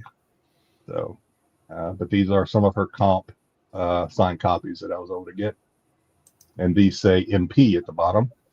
Sora Sung, who is one of the premier Lady Death cover artists with Coffin Comics. These are 3 of her artist comp signed copies that I was able to pick up on one of her Whatnot stream as well. And in addition to our Lady Death, I also was able to pick up 3 of her Lamerta, which is the next slide, I think. Artist comps signed by. There's some insanely good Lamerta covers out there. There are, yeah. I have to kind of reel myself back into like getting the ones that I really want, or else you can find yourself. You can find yourself picking up ones and then finding some that you like better, and then it's just kind of a revolving door books coming in and out of your collection if you're not careful. But these are her. I can't see these going anywhere from my PC because these are artist comps and they're signed. So these will be in my PC for quite a while, I'm sure. And speaking of OA, this is the Vampirella, Marissa Pope, Vampirella #2, original art covers hanging on the wall to my right here. This is, and also I also have a signed copy of the comic. This is Marissa's first Vampirella cover. And I also have, it's not hanging up, it's in a top loader over here on my desk. It is Ali Garza's Zombie Tramp number, what number is that? 59. I can't read the number. 59. Birth of the Cruel Part 1, which I think Part 2 is still an open Kickstarter right now, but that is original art for Ali Garza's Zombie Tramp cover. Also, I have a signed copy of the comic as well by Ali. And speaking of Ali, I've shown these off anytime I pick them up. Kind of my own little custom thing that I asked Ali to do, and he's all too happy to do it. These are my Ali Garza custom Princess Leia homage cover sketches that he does. Whenever I either win something, which a couple of these have come from me actually winning stuff on his streams, or I might buy a sketch cover. What do you call it? I can't think of the word. But anyway, I'll buy a sketch cover. Remark, yeah, and get him to do a character with the Leia buns like this.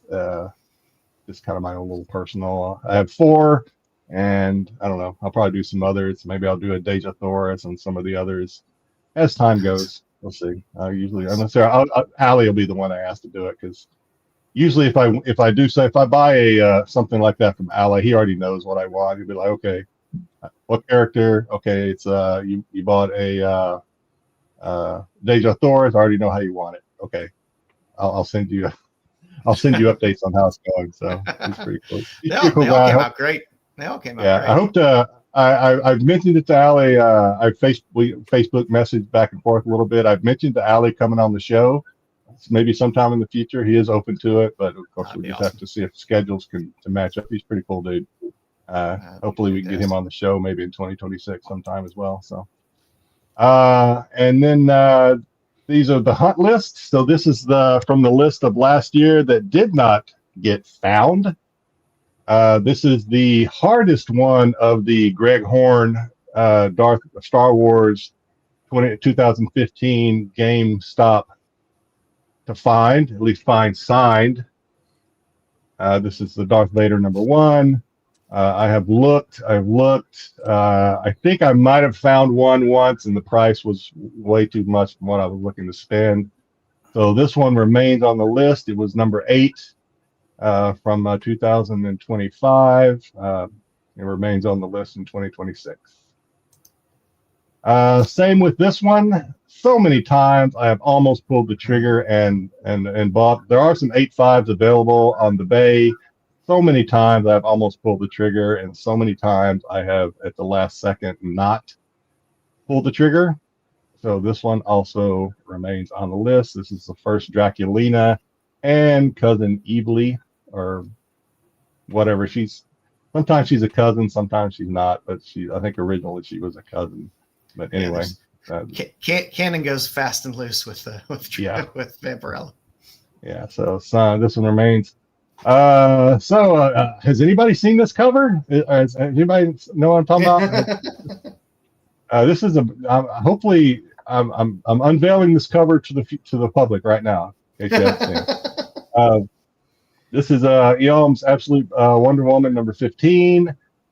There's the minimal trade dress, and then there's also the exclusive no minimal trade dress, which I believe is a Comic Exposure exclusive. I could be wrong, but I think that's who did the exclusive.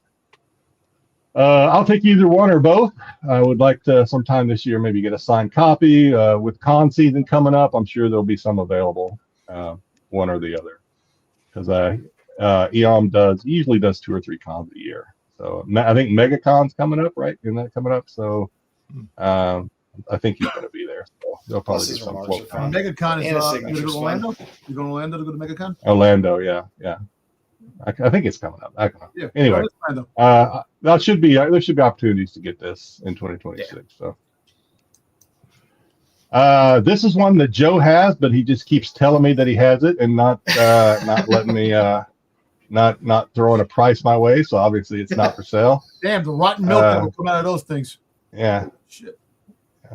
This is Ickpot's Kickstarter. This is a Zombie Tramp from Birth of the Cruel Part 1 set. This set is available. It's not a ghost. It is available on the Bay. It's probably like 1 or 2, maybe 2 sets out there, but they're probably in the 140 or 150 range for the set. Again, just haven't been able to make myself pull the trigger on it. I keep hoping maybe I'll find one at an auction and be able to get it a little cheaper. Hasn't happened yet. But yeah, this one's definitely on the list for this year. This thing is hard to find. I have seen this is an art book or a sketchbook by EOM.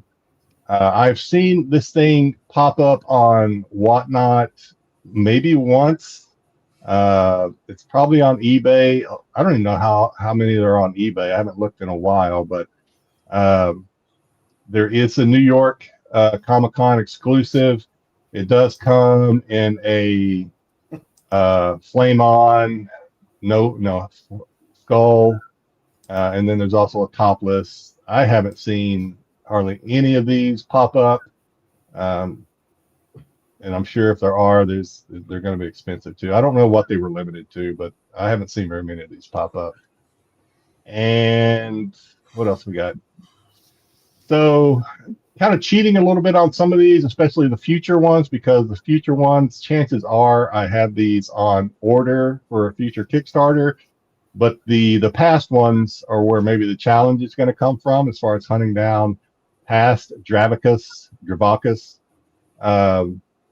Kickstarter covers, because there are some out there, obviously, that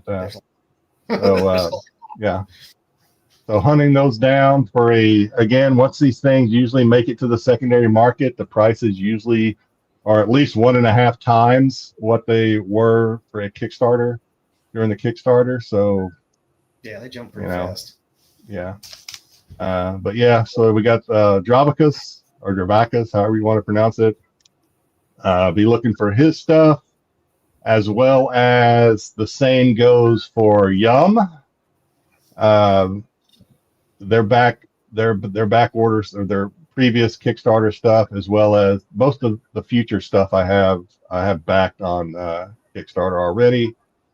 But I'll be constantly looking for that stuff, as well as the next one should come as no surprise. Ickpot. Joe reminded me. I think I have one too. Yeah.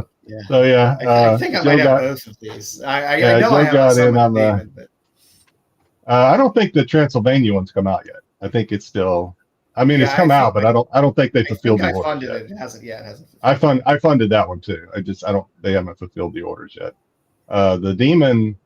I just got a notice today that I summoned the demon. Man. The new I summoned. We did a review. I did a review of Summon Demon number 3 a couple of weeks ago, and 4 is coming out soon. But yeah, I'll be looking for that Ickpot, as well as next we go to EOM, I believe. No surprise there. Be looking for that. His past and present stuff. Yeah, I don't. The one on the left is available on some websites. Live Kickstarter. Oh. The one on the left, no, it's available on the website. I forget the name of the web. Bad Bug. I think it's still available on Bad Bug's website. But the Zombie Tramp is still. I think that's still open Kickstarter. That's a good one. And was that my last one? I can't remember. Is that my last one? Yes, that's it. Yep.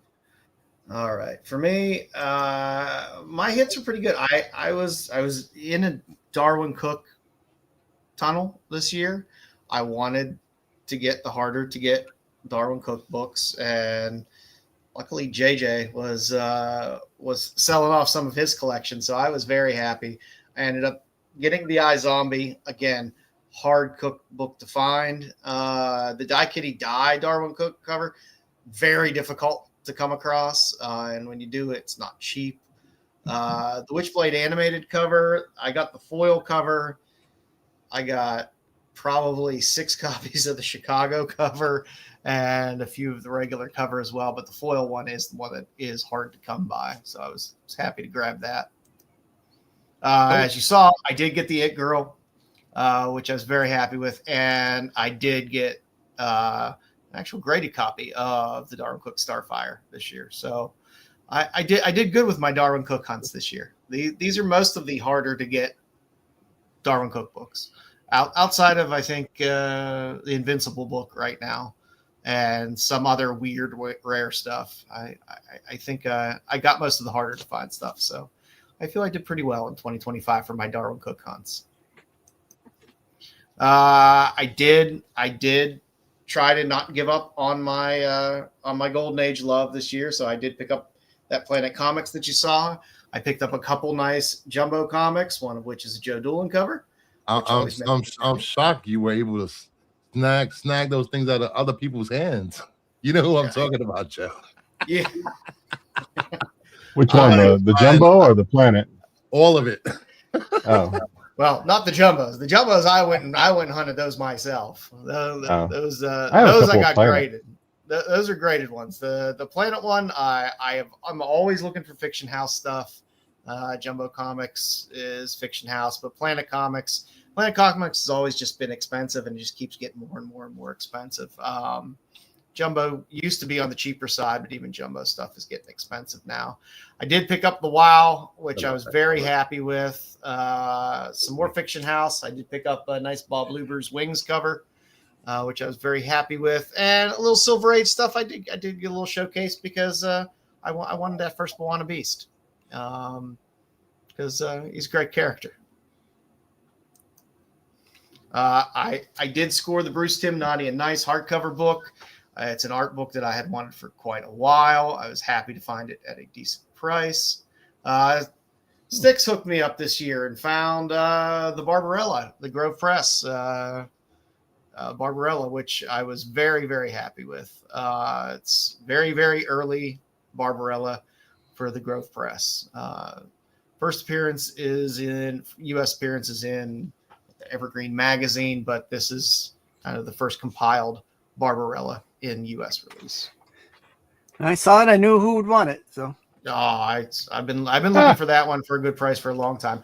I love Milo Manara. I have been looking for copies of Butterscotch for a very long time, and she wants to butter your scotch.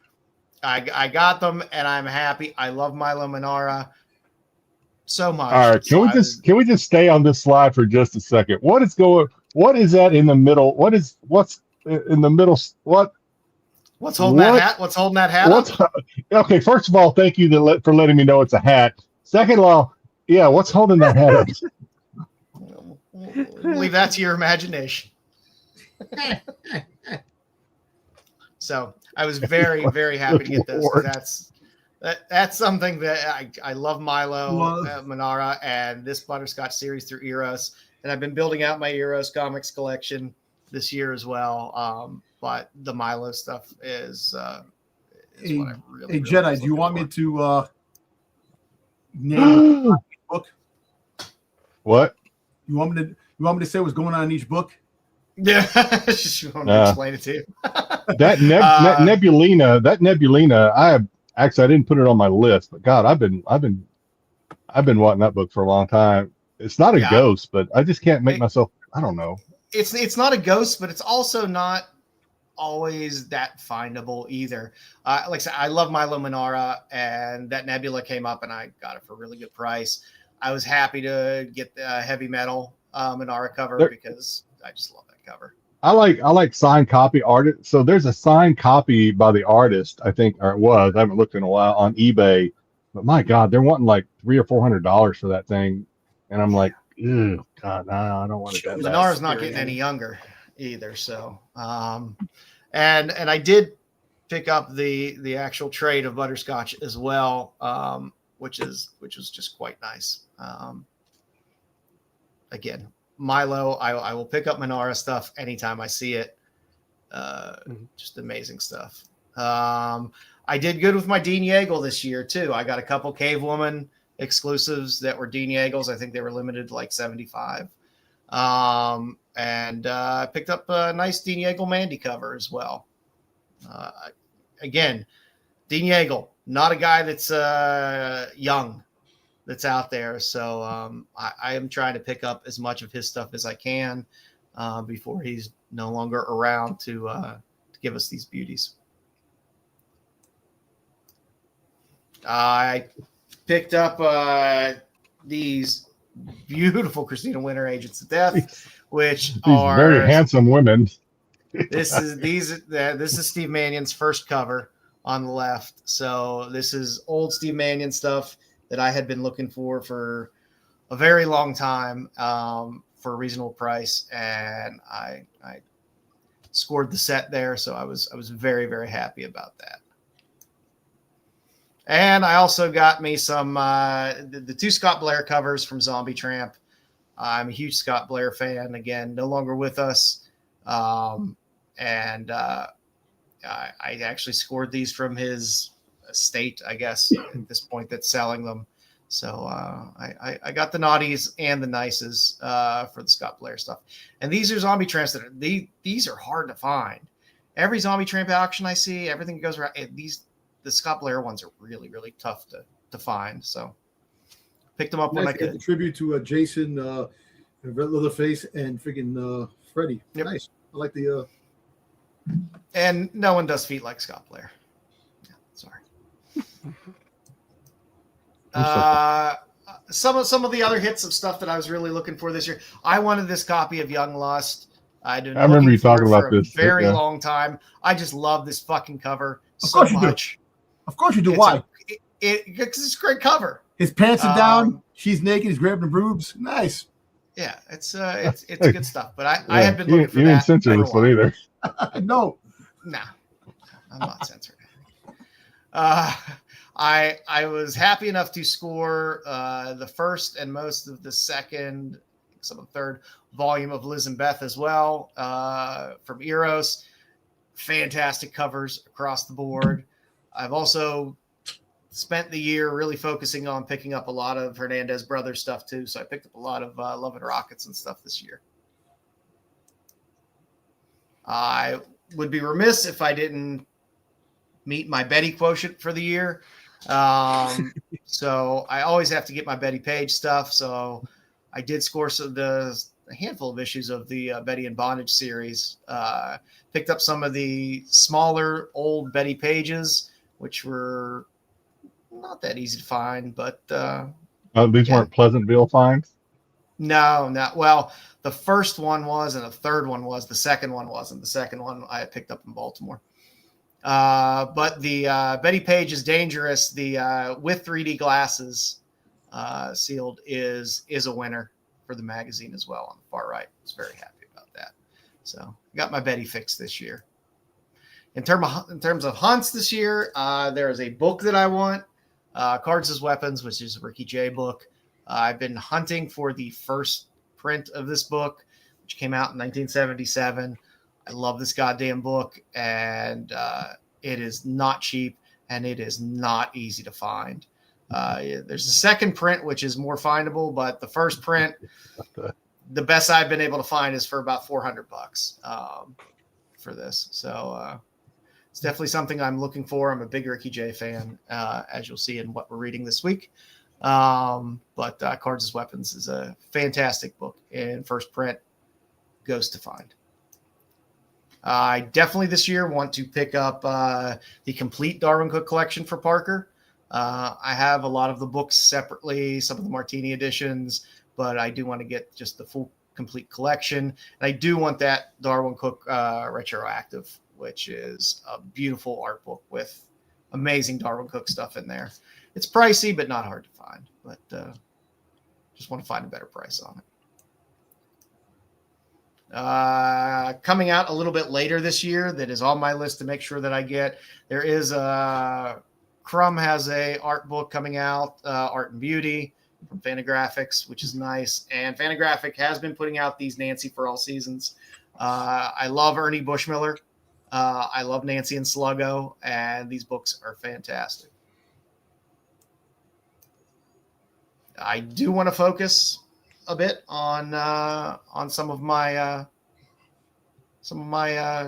Golden Age stuff, that artists that I really want to pick up and stick with. So there's some Wally Wood stuff that I want from Eerie and Prison Break. I really want to pick up some Frazetta this year. I would like to get some Famous Funnies, a nice Frazetta cover. I'd be happy with any of the Frazetta Famous Funnies covers, but that series of Buck Rogers covers are some of, hands down, my favorite Frazetta covers. And I will be looking for more Fiction House and some more Joe Doolin covers as well. In terms of smut, I do want to keep building out my Wasn't it all comics smut? When did we make the turn from? When did we move from smut to smut? I like to keep you all on your toes. I like to keep you on your toes. I do love this cover of Blazing Foxholes.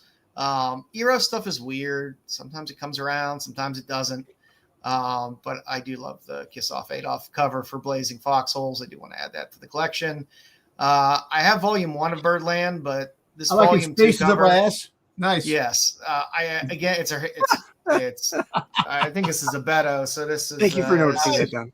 Yeah, this is a Gilbert Hernandez cover. Again, going back to picking up Hernandez Brothers stuff, I do need that one to fill it out. And as you saw before, I do love Frank Thorne, and I do love the Erotic Worlds of Frank Thorne. This cover, which has been hard to find, I've been searching for it for quite a while, but I just it's on my list. Also, I was so close. I was outbid on this cover of Footlicker probably about 2.5 months ago, and I was really pissed off about that. Other people who like feet too? What's going on? I say, hey, these books, some of these weird Eros titles are not easy to come by. They don't come up very often. A lot of times on eBay, they're way overpriced. But yeah, there's the whole Footlicker series. But yeah, I've been trying to get that one for a while at a reasonable price. Also, Eros Comics has a little Crumb series as well that I've been looking for, and I have probably 4 copies of every version of that Sally Forth run except for the Hughes cover. So this year, I definitely want to pick up the Hughes cover so I can at least complete the Sally Forth set for that. And that is what I have for my hits and hunts. Bruce? I will say this. We at Kingdom of Nerds cannot condone the last 30 minutes of content. Okay. All right, my hits. I'm gonna be honest with you guys. That's what I'm looking for. Okay, guys, you can bring the children back in the room. My covers are very tame. First up, we got the Marvel Family 33. I got this this year in a 6.5. I love Fawcett, the Marvel Family. Everyone knows this, and I've always wanted this patriotic cover. I picked up Showcase 37, the first appearance of the Metalman, in a 6.5. Very hard cover to find in any middle to high grade. And my Hawkman number 4, I actually upgraded to a 7.0 this year, which I was happy with that because I love the first appearance as Zatanna. Z needs all the love she can get. Very nice. Might be sending you my copy to clean up and submit my raw copy. I have a 6.0 graded, but I think my raw copy might do a little better. Oh, I can clean and press it. All right. Then we have probably my favorite pickup of the year, my Flash 100 DC Universe logo variant. You don't want to know how much I paid for this goddamn book. Too much. Just for it to come back a 9.4. Love it. Then I got for Christmas I got Witching Hour #1, which I wanted this year anyway, in an 8.0. Love that Nick Cardy cover. Yay. Then I also picked up. I love this Christmas cover, Witching Hour 28. These Bronze Age horror books have really been skyrocketing in price, guys. So if you can find them cheap and in good condition at cons, grab them. Don't try to buy them on Whatnot or eBay because they will charge you out the ass for these books. Then I picked up Green Lantern. It's a jungle. Green Lantern 86, second part of the drug issue in a 8.0, which completes those two storyline. So Neil Adams, greatness right there. And then I found one of the Holy Grails, Shadow of the Bat 38. This cover never comes up, and I got it for $20. And the following week, it's sold for $700. The following week, I got it for like 20 some bucks. Yeah, lucky you, man. Lord. Wow. Yeah. From the same seller, he put it up for buy now. I bought it, and then the next copy he put up buy now. I missed it for $90, and then he did another one auction and sold for over $700. He's probably kicking himself, saying, "Holy shit!" Yeah, no. And then I got this great Secrets of Sinister House #9, Jack Spaulding cover. I love this cover. I think it's Vampire Elvis. Thank you. Good evening. Thank you very much. Yeah. Let me suck your blood over here.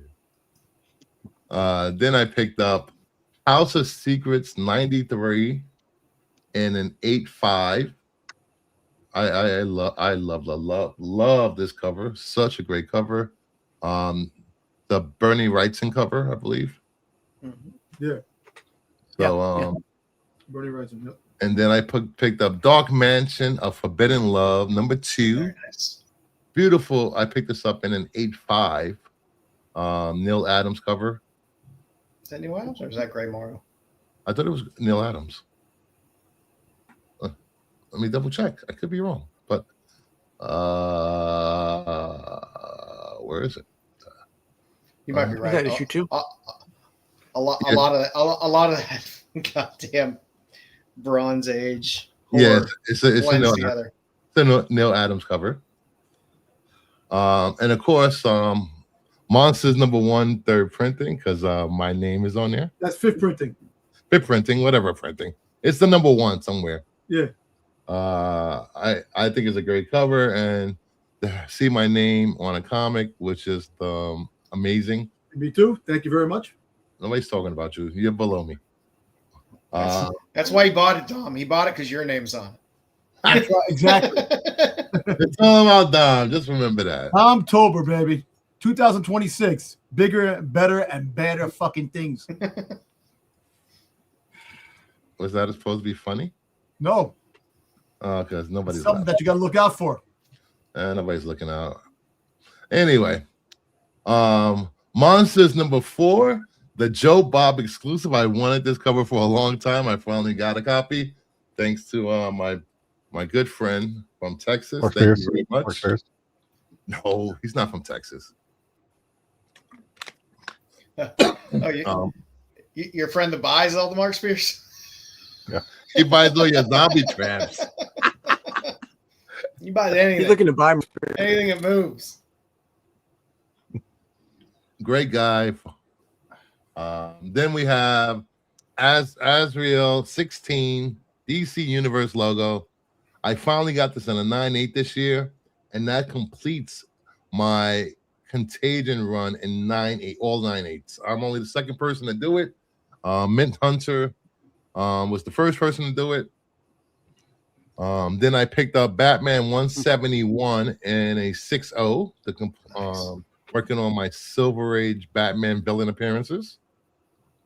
Only a few more to go, and I'll be complete with that. And then for my hunts this year, Mark Spears Monsters #1, the 1 in 75 metal. I missed out on this on the first go round, and this will complete my first print run once I get it. I have every cover except for this one. The last time it sold raw, it was like $1,500. Hopefully, I can get it cheaper than that. And I'm also looking for this Wonder Woman 106 DC Universe. This has been plaguing me for a couple years now. I really want this cover. It's the last one of the Wonder Woman DCU logos that I need. And then this great absolute Batman #1 Dakota design variant, which $1,500. Nice. I missed out on this. I want a copy. Hey, listen. Even though the first picture of him in the top left looks like he shit his pants. Oh, hey, Bruce, is there a second printing design cover for the Joker 2? It's coming out. I think I saw something that they could possibly be. No, it's not a second print. It's not a second print. No, well, the design. They got a design variant for the Joker 2. Wasn't the Felix art one a design print? Yeah, it's sold out within 25 seconds of being released. Of course. Tuesday. So I was only able to grab one. Nice. Then we have Brave and the Bold 28. I'm getting one this year. Hopefully I can get one in a 4. I'll stretch it to a 5 if I can get a 5 at a 4.0 price. Contrary to what Marco said, this is not the first appearance of a butthole.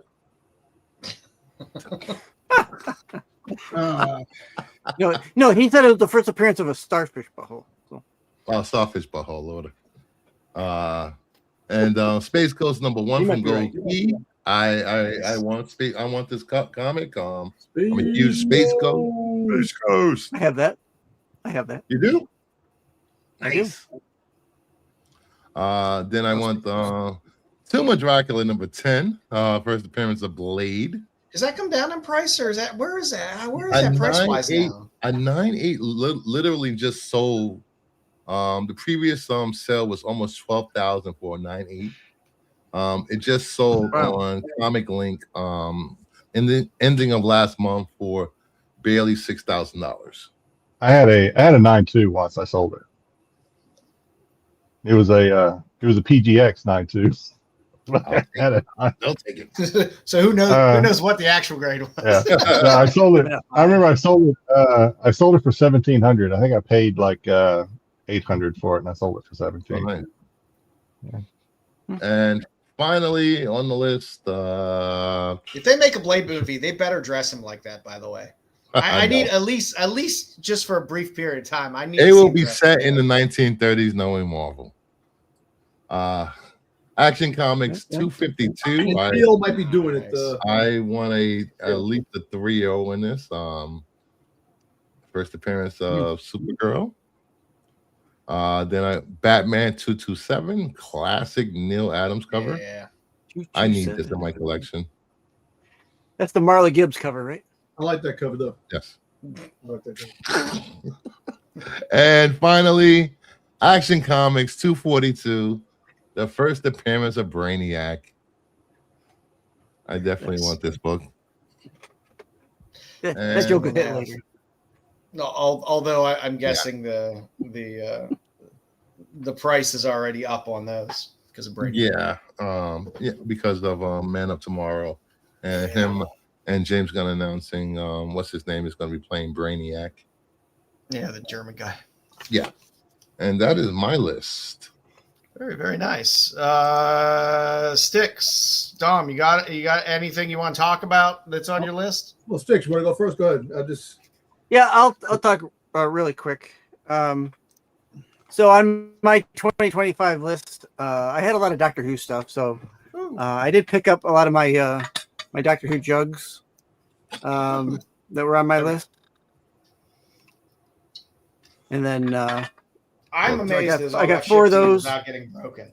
Those are so scary. These all came over from the UK. Yeah. So I got that one. I got the grab them without. And then I got the McCoy. Yeah, all these. I have a guy in Boston that's got the other ones that I need. I'm just saving up my money to get them from him. And I got a couple. I'm not gonna pull those ones out. I've been picking up a lot of the like Doctor Who slabs. Pretty cheap. I mean, obviously, this one's signed by the writers, but pretty cheap. I wonder why. Stuff too. I mean, for $25, that's cheaper than getting it slabbed. I'm gonna pick them up anytime I kind of see them if I don't already have it. Hey, Mama Bear said you need more Mudmen. More Mudmen? Yeah, I have stopped getting the Mudmen. I am officially stopped with the Mudmen unless I see them for like $1. Then I'm gonna pick them up. But I'm officially stopped with the Mudmen. I think I've got enough of them. So we'll see. And there's I got a couple slabs that are confirmed to me via Pony Express. At some point they'll get to me. As far as what I'm looking for this year, I'm going to stick with the UK branding. I'm going to go with the Steam Peel this year. The UK Avengers esque series from Titan or IDW. Maybe I think it might have covered crossover. So I'm gonna start doing the Steam Peel stuff. I don't buy keys anymore. Any keys I've already got that I want. Mostly the ASM stuff. It's a mishmash of what I'm actually looking for. Or no footlicker. Fine, I'll find something I don't know. What's that? No footlicker on your list. No footlicker. No Sally Forth. No Beaver Twins or whatever. Thing might be out there. What? Beaver Twins. I like that. Nice. I like that one too. Dom, what do you got? What so I was all over the place this year buying stuff. And besides, I had a homework assignment, didn't do it. Yes, I am lazy. I apologize. A lot of stuff. I always say that I'm working, busting my asses and that. I could have did it. But to be honest, I forgot what I bought this year. I did buy a lot of stuff.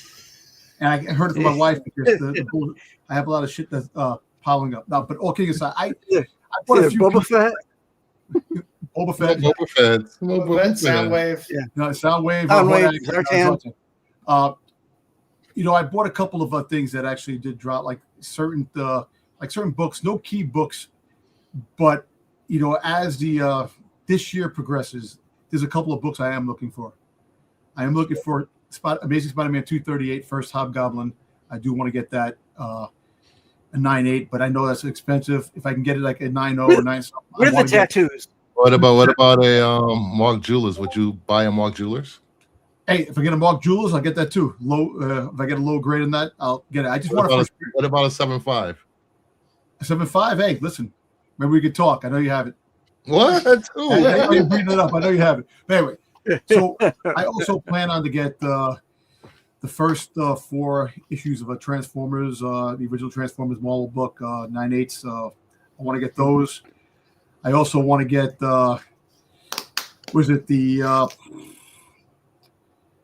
definitely there's a couple of the Zartan first appearances, 9/8. I want to try to get. I have just the raw copies. I don't know. Maybe I can send them to Bruce, and Bruce can clean them, and maybe ship them out and get them 9/8. I am not setting aside a time slot for you because you're never on time. You never ship anything, and by the time you do ship,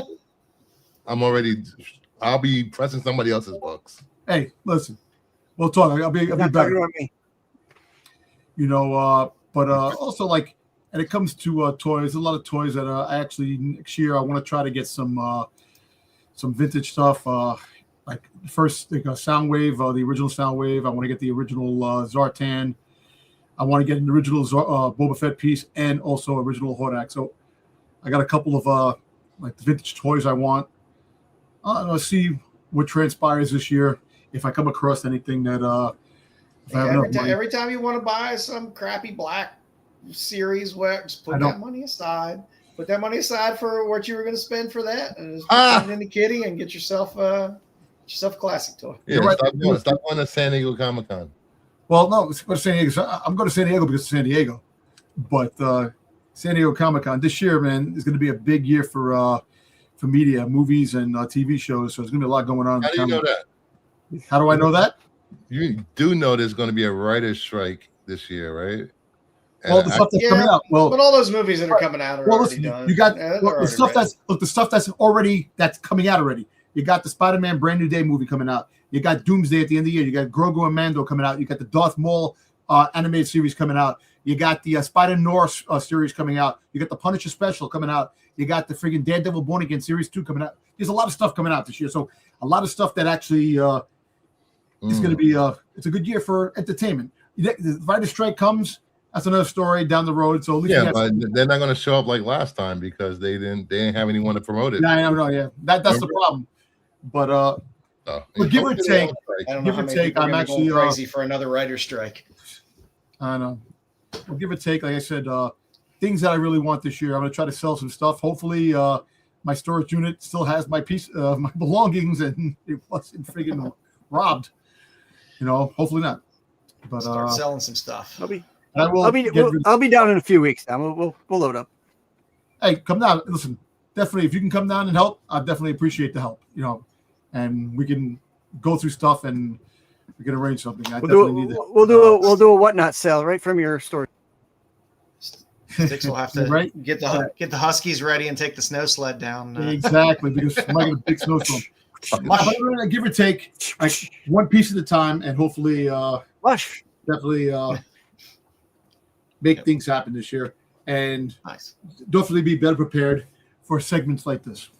Jedi, you got some collectibles today? I do. Nice. Hit it. Coming soon, Collectibles! Tom might have helped a tiny bit.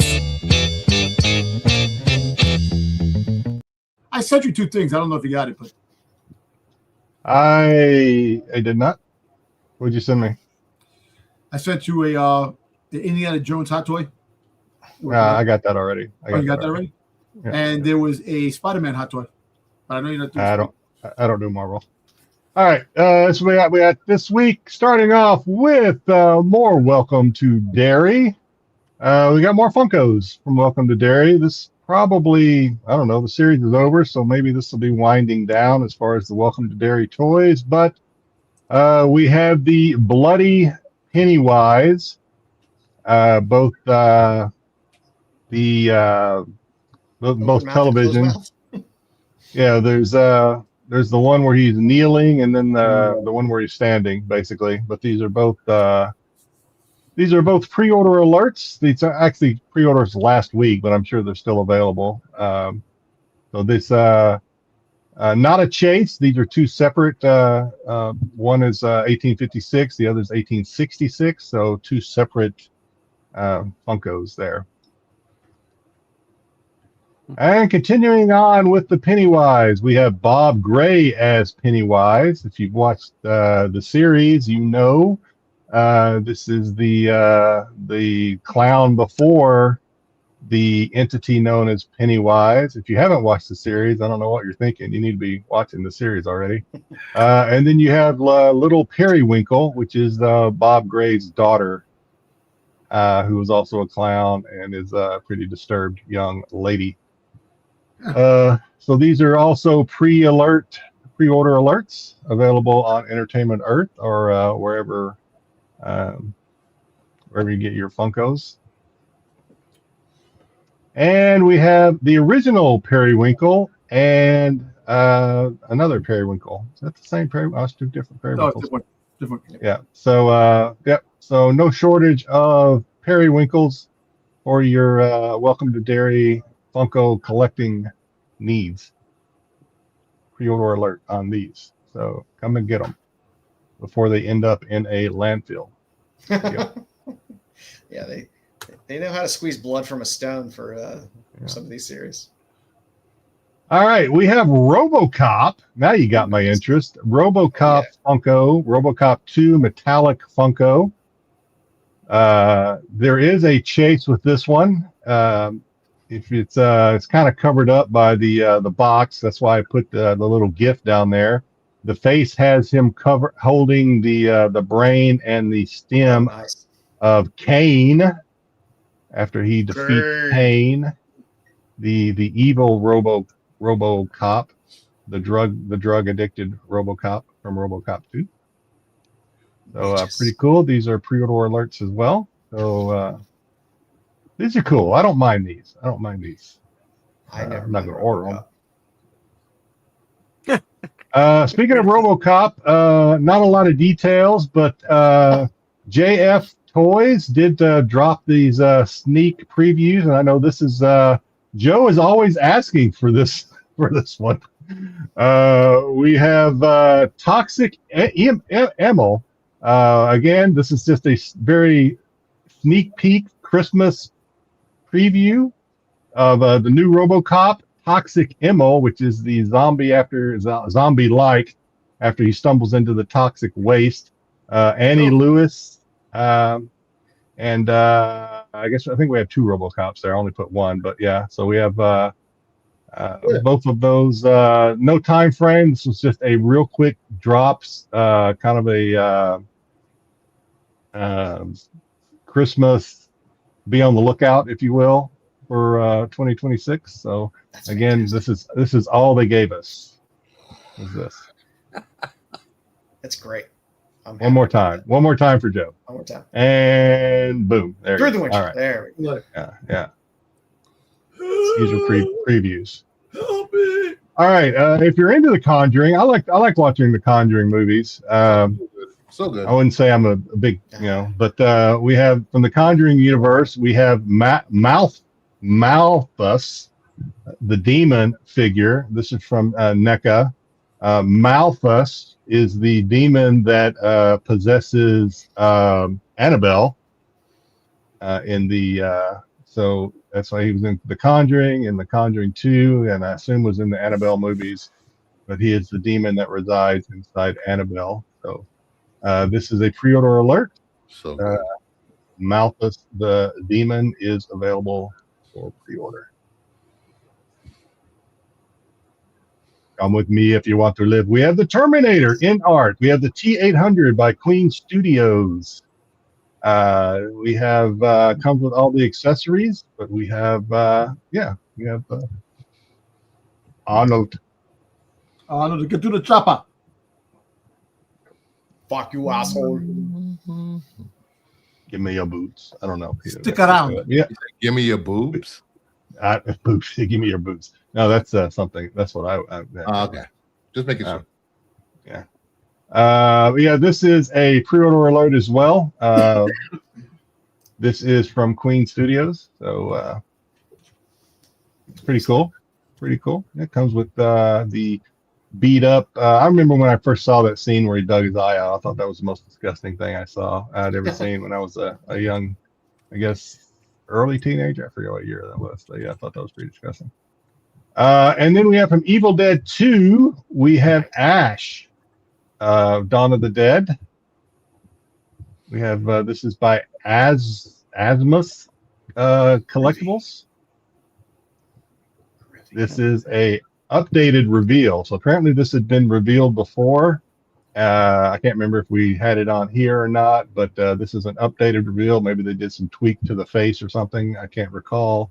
But this was listed as an updated reveal. Yeah, Ed. Actors make money from the action figure toys too. I don't know how much, but they do make. If they have the likeness, they have to pay for their likeness. I believe this also comes in a. I think this comes in a deluxe as well. I think if you get the deluxe, you get the little stand there that says Evil Dead with the head and all that stuff. Yeah, we'll get the deluxe. The deluxe is yeah, the deluxe comes with all those goodies, so you can display it nicely. All right. So now we got all the screw all you, the people. 80s action heroes.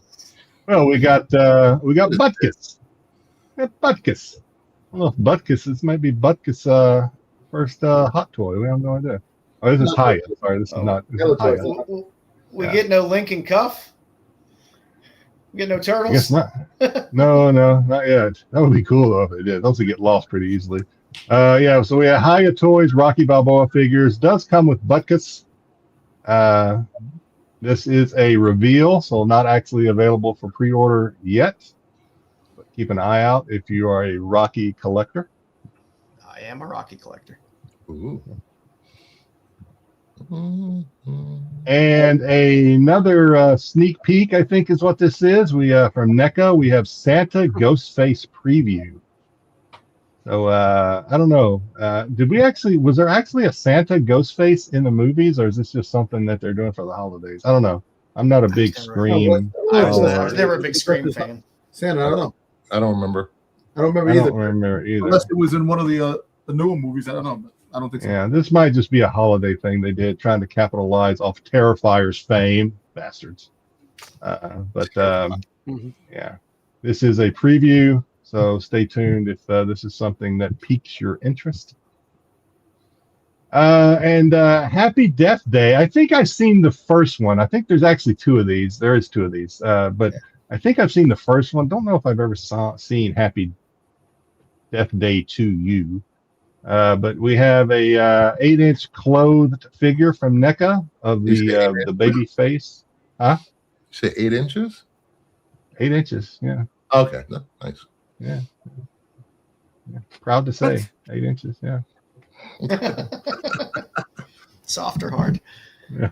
Doesn't matter. It doesn't really matter. That's size. But yeah, so this is the pre-order alert. So I don't know. This kind of stuff I think is cool. This stuff you don't see every other day posting on Entertainment Earth, like Marvel and DC stuff. This stuff is pretty cool. This is the kind of the stuff that I when I go to Walmart or Target, they always have that little corner back there by the DVDs where they have this kind of stuff, and this is always where you'll probably find me until I feel weird and people are staring at me like, why is he lingering? And I have to move on, have to do a lap, and then I come back so that people don't think I'm lingering too long. But yeah, this stuff's pretty cool, I think. And then here it is. We have the Indiana Jones by Hot Toys. So comes with all these accessories. I want to think this. I thought this was pretty interesting. So the websites that I go to, some of the stuff. So we always want to look at the face, right? We always look at the face to see how they did on the face. Decent sculpt. But the website also gave us very close-ups. They wanted us to see a shirtless Indiana. So like, okay, all right. They wanted to see Indy's six-pack. All right. Harrison Ford was a lot more hairier than that. Come on. Get out of here. Oh, okay. And then they gave us on the website, they gave us a nice tight shot of his crotch. And I was someone's packing. All right. They really want us to make sure they get all the anatomy. I guess make sure they had it all correct down there. I guess so. I was hoping we get some monkey brain. Got a little monkey brain. Yeah. There's a question for the panel. Bruce wants more hair. I have to ask, how tall is Pete? 3 apples tall. I've never actually met Pete in person, but the Hello Kitty. Listen, below average. this way. He can actually be part of midget wrestling. That's how big Pete is. Yeah. So, I like to say Pete is fun size. Fun size. Well, actually, you know what? He actually could be a jockey. That's how small he is, but I think he's a little too round more than being a jockey. He needs Nobody's out of shape jockey. Hey, this is a pre-order alert before. So it is available. I think it's like a $350 piece if I remember right from Hot Toys. $350 or $300 or something like that. I think. Yeah. And doesn't and then we don't normally cover sports too much on here because it's kind of a bad omen when we do. But I did see these, and I had an extra slide to fill, so I was like, okay. So at the cons, and it is Transformers, huh? I saw these. Okay. Real. Yeah. It is Transformers. So I said, what the hell? This is Projection Sports Hasbro, I guess. Transformers NFL collaborations, Wave 1 football action figures. So we have the Cowboys, the Steelers, the Packers, and the Chiefs. All the teams that may not necessarily be great teams, but they do make money for the NFL. Sorry, Styx. Your Bills are not. I put this in for Styx. I did put this in. So, but the Bills apparently don't make. Josh they don't make enough money. Care. He got Haley Steinfeld pregnant. He's doing good. He's doing good. This is a pre-order alert. So if you want these, if you want these teams that make the money for the NFL, at least, even though I don't know, the Steelers and Green Bay are still in it, so who knows? They may bring home a trophy. I saw these in person. They actually look better in person than actually right here. The toys. I'm definitely getting the Cowboys when it comes out. I figured you get the Cowboys because it's also Transformers. I figured this would be something that you would want. He will get the Cowboys because he's a bitch. Bitch, yeah. I also knew that this was going to open up me and Dom to a bit of ridicule, but yeah. Wear a hat that fits. Yeah, fuck. That's all we got this week. Shut up and take my money. That is it for collectibles this week. Can I show something before you do this? Sure. All right. I was sent this by the great fun-loving Tyson. Wait, where is it? Oh Lord. God damn it. Oh, hold on, let me grab it. Fucking Tyson. Don't blame him for our internet. It's not. It's my StreamYard, actually. All right, here we go. He wanted me to show this for 2026. Oh, I saw it. Yeah, he sent that to me, and I was like, I figured he sent it to everybody. So, Dom, you hadn't seen that? I figured he sent that to Dom. Tyson, you didn't send that to Dom? No, coward. That's fantastic. Hey, listen, it should be a bigger pickle because I'm not that skinny. So plain and simple. All right, and someone gave this to me, so I'm going to pass this on to the architect of the show. Oh my! Oh, thank you, sir. And I have some stuff bookmarked to show. Oh, very nice. Very nice. Thank you, Tyson. I appreciate that, man. There better be some feet. What? Yeah. Okay. All Very right. nice. There we go. Thank you. And one more. Ooh, nice. And it has art from Feta Shabina, Leviathan, David Vicente, Ben Tan, Marco Lima, Matt Mack, Fiona Stephenson, and Lorenzo Spaloga. Nice. So I will be sending this to you, Jew. Thank you, sir. Thank you, sir. I love pinups from around the world. I love me some pinups. Mm-hmm. All right, kids, what are we reading this week? Dom, did you read anything this week? Nope. Nothing at all. Didn't get a chance. Jedi, what did you get into this week? Well, I did a little reading this week. You did? Yeah. There's a story in whole. Somebody has to put some sort of content into this segment. All right, somebody has to do it. Dude. Joe's too busy, and Dom and Styx have forgotten how to read. So I don't know. They don't do it. So I think Joe showed this on one of his tops and tails, a different cover, but this is Home Alone, a nice homage story tribute to obviously the Home Alone story, and it basically here a little story time from Jedi. I'll try to make it quick because you have this girl, the redhead here, who is a college student.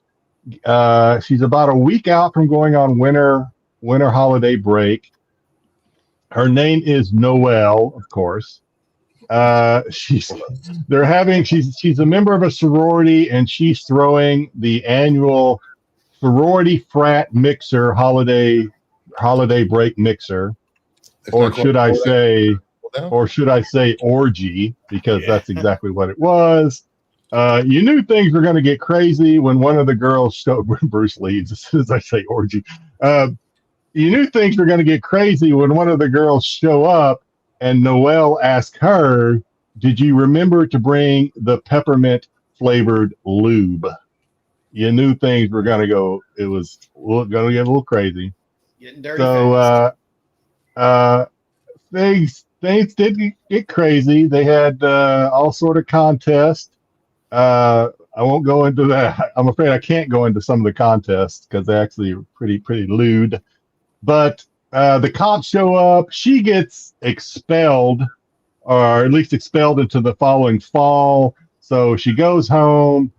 The parents weren't expecting her home. They especially weren't expecting her to get kicked out of college. She has to get a job. She gets a job working as a sexy elf at a mall with a Santa.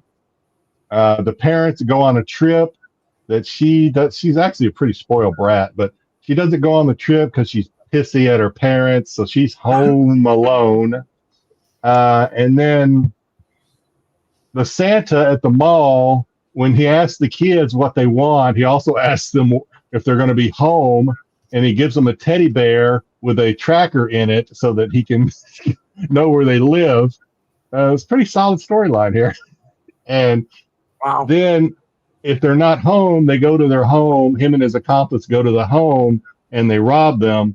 Well, one of the people they rob or attempt to rob is right next door to Noelle, who is there with one of the elves who's not a crook, and they've just finished having sex, and they see Santa and one of the other elves breaking in.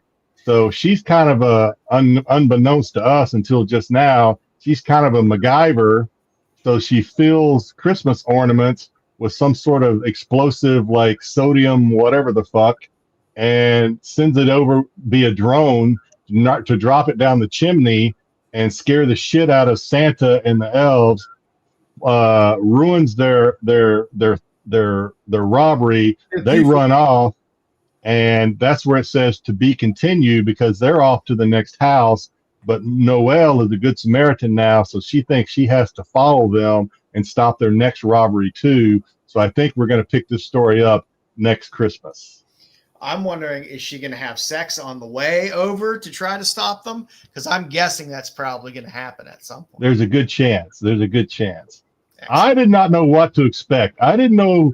I halfway thought she was going to have sex with the robbers going into the story, but she didn't. She had sex with her boyfriend elf, and she's ruining the robbers' efforts to rob the neighbors.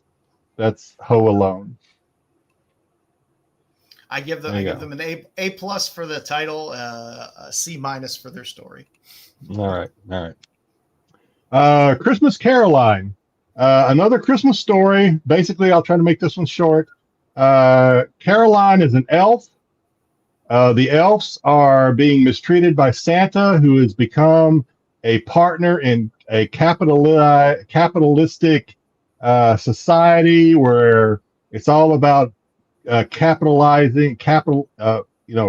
making Christmas all about the money, treating elves like slaves, and they're just like terrible conditions. So the slaves try to like unionize, and when they do, Santa literally right in front of our eyes, the lead union guy who's trying to, right in front of Caroline, who threatens Santa. So Santa has her stripped of all her magic and thrown out of the North Pole.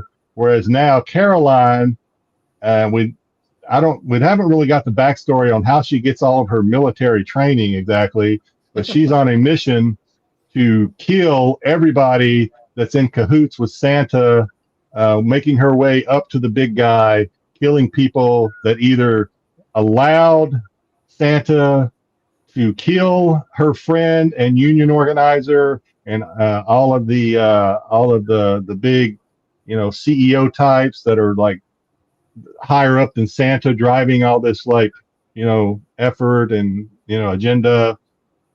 So yeah, again, we get part 1. This is written by Garrett Gunn, who also does Fangers and a lot of other stuff. So pretty interesting. As far as Kickstarter writers go, he's pretty good. So yeah, we're gonna get part 2 next Christmas, I presume. And then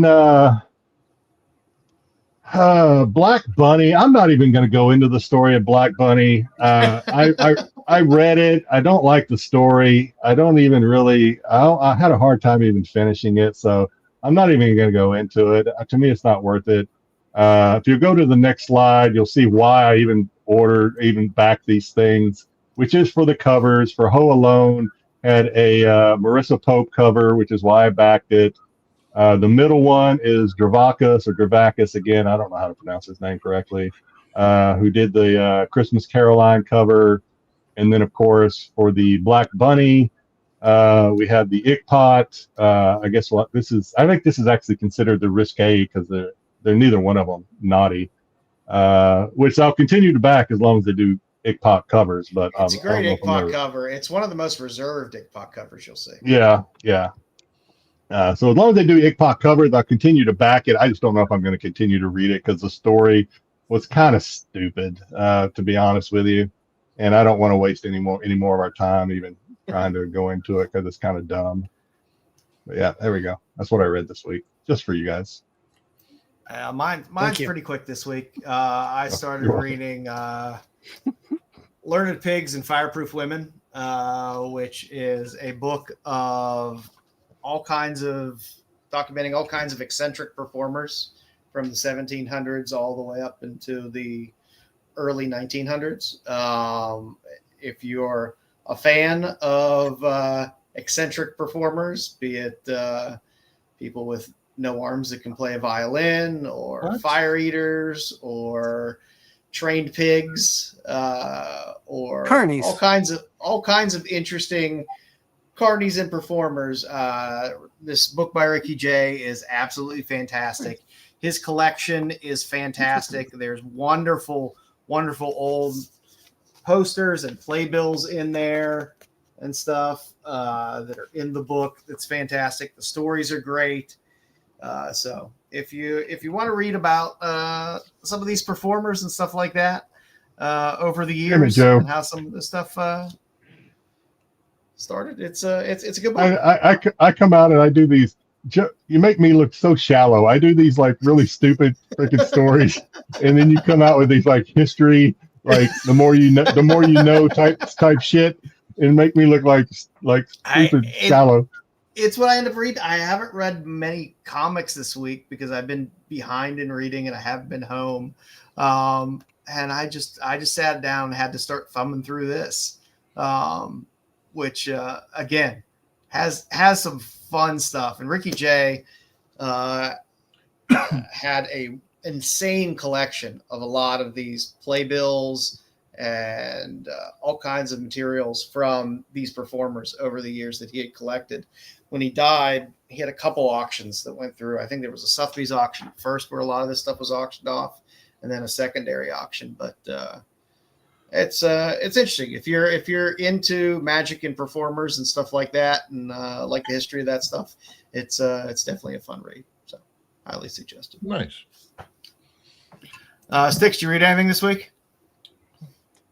No, with the holiday break, I've been kind of I feel you. steering away from reading this week. So I'll have a lot in the next couple of weeks that it's the back read. So nothing this week for me. Bruce, what are you reading this week? I finished reading The New History of DC, written by Mark Waid. If you're new to DC or you just want it's a good collection. I like it. It's the history of DC this week, right? It reminded me a lot of shit that I had forgotten. Yeah, and also clarifies all of the storylines that has been messed up for the last 80 years. You know, I mean, if you're somebody like me that was into comics, out of comics, in comics, out of comics, it's nice little thing to pick up to kind of get you back up to speed. Yeah, especially if you missed a lot of those events, like 0 Hour I didn't read. There was some. I didn't read. The what was Lucky that? Few. Final Night. I didn't read. So it's a great way to see who the characters are, how they fit in, and just a overall great telling of DC's history. And I didn't read any new books this week because it's all Marvel, and Marvel sucks. Yeah, it was a weak week. It was a very weak week this week in terms of what was coming out. It was a little thin. I'm being forced to read what is that? Ultimate Endgame for Sunday's show. Oh, I'm sorry. I know you're not gonna read it. No, I won't. So we are gonna read what is it? But you had Marion Heretic on there. Marion Heretic 1, 2, 3. You're gonna make us read Tinny Howard stuff versus just looking at the fun covers? Yes. I'll read it. Nuns and Demons. Let's go. Yeah, why not? Why not? All right, kids. I do have a recommendation for you this week, just because I was sitting around and I felt like watching it this week and felt like throwing it up there. Strange Brew's on Tubi. It's a great fucking movie. You should watch Strange Brew. It's absolutely fantastic. Been forever, but yeah, I've seen it. I hadn't watched it for quite a while. I watched it and I was immediately laughing again. It's great. So a long time ago. Yeah, The dudes that came for Second City Television. It's fun. I mean, again, you have to have a certain Canadian sensibility to find some of the humor funny, but it's good. It's the Mackenzie brothers. Never cease to make me laugh, and it's just great to see Rick Moranis again. I feel like I hadn't seen Rick Moranis in a long time, so it was nice to go back and watch it. So watch some Strange Brew. That's what I got. What are you guys watching this week? For me, I'm catching up with I'm on like episode 3 of Stranger Things, trying to get that done. I need to finish off Pluribus or whatever, Pluribus. And that's it. I think I think that's it. I finished Stranger Things, which great. I'm probably going to go back and rewatch it. Yeah, because your favorite episode was Will coming out of the closet, right? Yes, because it reminded me that sooner or later you're going to come out of the closet. Hey man, I haven't seen that yet. That's Dom. Dom just spoiled the fucking whole season for everybody that hasn't watched it. No, I didn't. That's the part that everybody's complaining about. But well, Dom, shut up. Oh my god, I can't with Dom. This is why he doesn't watch stuff and it spoils everything. I didn't spoil anything, man. What? What? Oh, Jesus Christ. Anyway, I thought he had a crush on that girl. Okay. Heated Rivalry is probably one of the best sports series on HBO Max. Tells the story of 2 hockey players that are in the closet and that fall in love. It's such a great show. It was better than Boots, and I love Boots. Hey, you hear they canceled Boots? They canceled it. I don't know why that was. That's fucked up. That's a good show. I like it. Not enough viewers. And I'm finishing off my rewatch of Dark Shadows. I am in the final season of Dark Shadows. Oh wow! Oh, I did watch the full series of the Copenhagen Test, which is on Peacock, which was a new series that came out. It wasn't half bad if you like just kind of spy type shit. I forgot. I did watch. It's not new. I watched because of Welcome to Derry, and how much I enjoyed it. I went back and watched Castle Rock, which I hadn't seen. I liked Castle Rock a lot. I really enjoyed Castle Rock. Yeah, I liked it. I thought it was pretty good. I liked the way they tied it in. At first, I was wondering if they were actually going to tie it into the Annie of Misery, the Catherine Bates Annie, or not. I was wondering if they were going to do that, or if we were looking at a different parallel dimension. But then they tied it together. At least I think they did. In my mind, they did. So I was happy about that. The whole other thing, the whole angel versus demon versus whatever the fuck, what's his name was. I don't know. Yeah, I enjoyed the Annie storyline a lot. and everything kind of being tied into Shawshank as well. I thought that was fun. Yeah. Other than that, not too much. I haven't started watching Fallout yet. I'm waiting for some caught more episodes. I gotta watch on that. I'm not. Yeah. My son's liking it. Again, I like watching it with my son to see his reaction. He seems to be enjoying it. I don't think he's getting as much of a reaction out of this season as he did out of season 1, as far as like Easter egg type stuff. But he seems to be enjoying it. So. I've been watching the 1975 version of Survivors from the BBC. Terry written series, 3 seasons. That's what I've been watching this week. Nice.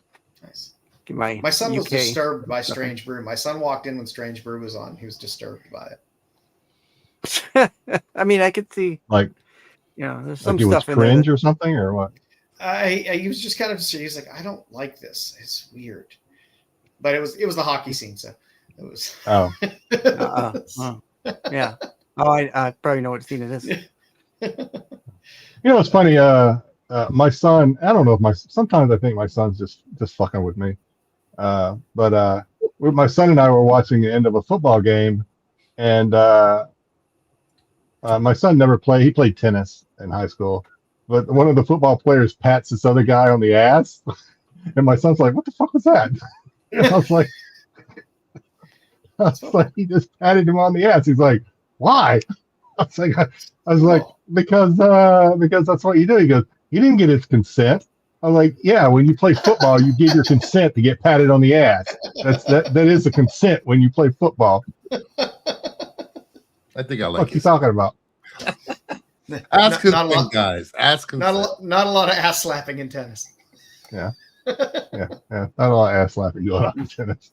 Unless you're watching Challengers. Oh well. Great movie. Okay. Great movie. Yeah. That's off court. That's off court ass slapping. Oh man. So we remember Kyle still has his GoFundMe up there, I believe. So QR code's up there. I'm sure Kyle appreciates any help coming his way. And our thoughts and prayers are with him and Nubia. Mm-hmm. If you haven't subbed up, hey, sub up at Rennavision. Sub up with Bruce over at Kingdom of Nerds, where on Sunday, what are we doing Sunday, Bruce? Sunday will be the first episode of the other comic show, where we will be talking about, is Avengers Doomsday what Marvel needs to save Marvel Comics? They're dropping these little teasers. I'm excited for that movie to come out. Can't wait. They're going to keep dropping these little teasers and getting people excited about it in one way or another, or at least if they're not excited about it, they're at least talking about it, which is more than, Yeah. Well, from what I've seen in the chats, a lot of people, they weren't too excited over the Captain America thing or the Thor thing. They like the X-Men thing. Yeah, the X-Men thing, but X-Men. Now we got a Doctor Doom thing. Probably the last trailer is going to be the bigger trailer. You speculating, or you heard that as a rumor? No, that's the what's going to be. It's the rumor. It's already said that it's coming. It's going to be Doctor Doom. Listen, Bruce, you're not a Marvel fan, so shut up. I'm asking you a question. I need a source. We do this. I want a source. You want a source? How dare you give follow-up questions? Your whole thing is trust me, bro. Trust me, bro. Well, when does Supergirl come out? It comes out the ending of June. I thought it was July. I thought it was coming out the same month as Spider-Man. I think it comes out the last week of June 26th, I believe, maybe. I'll tell you, I watched the trailer for Wonder Man. I think it looks fun. The Wonder Man actually looks good. I actually want to see Wonder Man. I like the direction. I like when they just go different. I don't want some just fucking superhero back on. Give me something fun. I'm fine with that. It's a TV series. Also, you know what the funny thing is? The funny thing is that he's not the original, which is kind of crazy. He's not the original Wonder Man, but he's got powers. And you see that the damage control is now becoming a menace to go against the superhero powered beings, which also is Spider-Man brand new deal. We're gonna be getting that too. They're going after Jean Grey and What? And the Punisher is protecting Jean Grey. What? Trust me, bro. Hey. Tombstone is the main villain. Trust me, bro. Spider-Man's gonna become Man Spider. Trust me, bro. Trust me, bro. Clock it, clip it, Hey, clip it. I'm all for it. It's basically like the 90s cartoon all over again, live action, which is that. Trust me, bro. Hey, don't forget to sub up over at Six Boy 73, where he's bringing you the best Doctor Who watch parties around on the interwebs. Yeah. Every Tuesday at 9:15. Well, yeah, we'll doing be one back this in a week? couple weeks. No, we'll be Yeah. back in a couple weeks. Yeah, so taking a nice little holiday break, and when we get back, we'll be getting back in the saddle with some Who.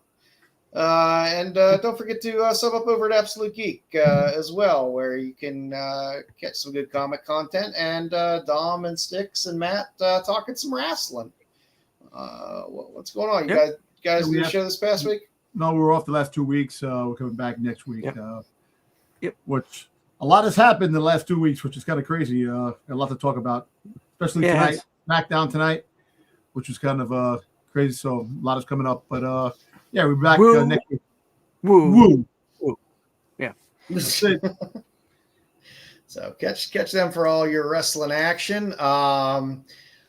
You can always catch the CBSI Hot 10 at 10 o'clock. Hot 10 at 10? 10. I don't know when Pete's tweaking where he's dropping it. Right now, I think he's been dropping it at 10. So I don't know. I think that's where he might stick with it. But I think he's regardless leaning of when towards that 10, yeah. drops, we're here at 9:30 on every Friday. So we're not changing our time because we don't move for no one. So we'll be there at 9:30 on Fridays. SNS tomorrow? Nope, no SNS tomorrow. No SNS tomorrow.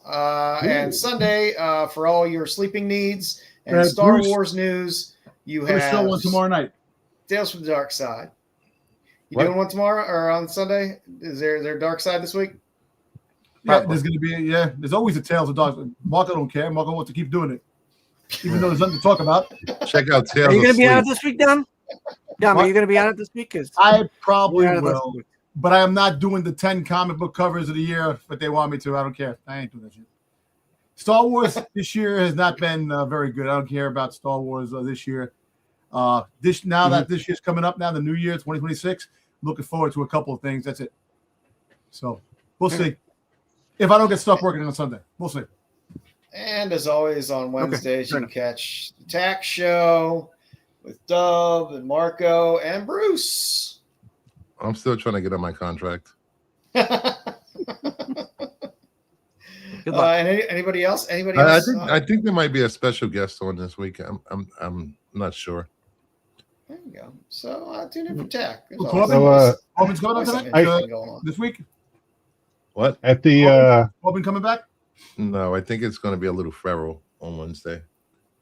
Oh, Okay. that'd be fun. at the risk of jinxing things, Joe, I will I'll say next week we hope to have a special guest, the great, I will say great because he is if you love Zombie Tramp, if you love Vampirella, you probably know who he is, but unless something changes, we should have Bill McKay on as a guest next week. Okay. Nice. So we'll have him. He's done a lot. I think probably next to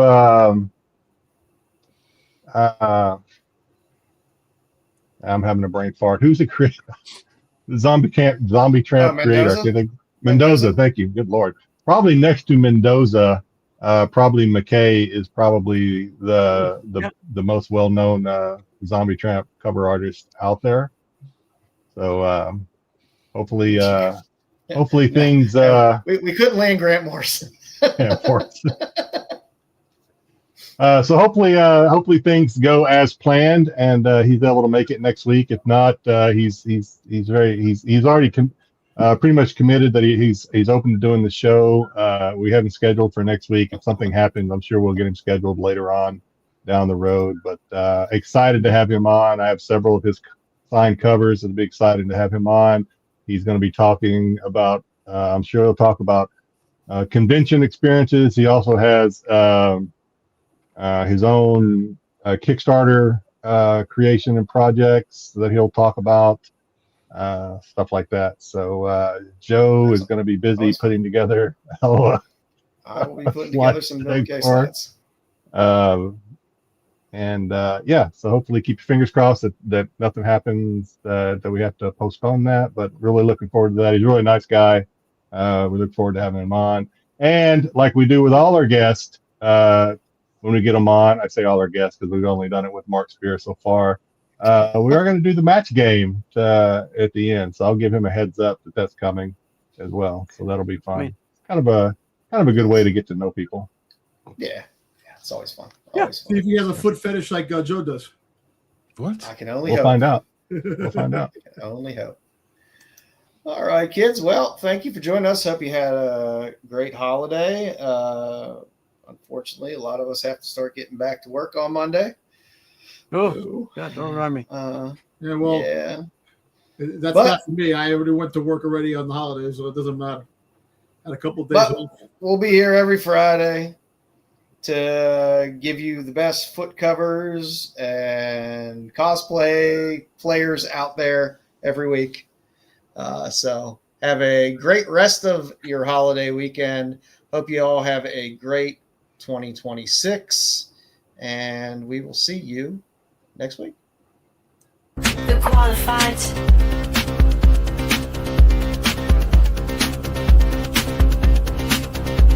The qualified.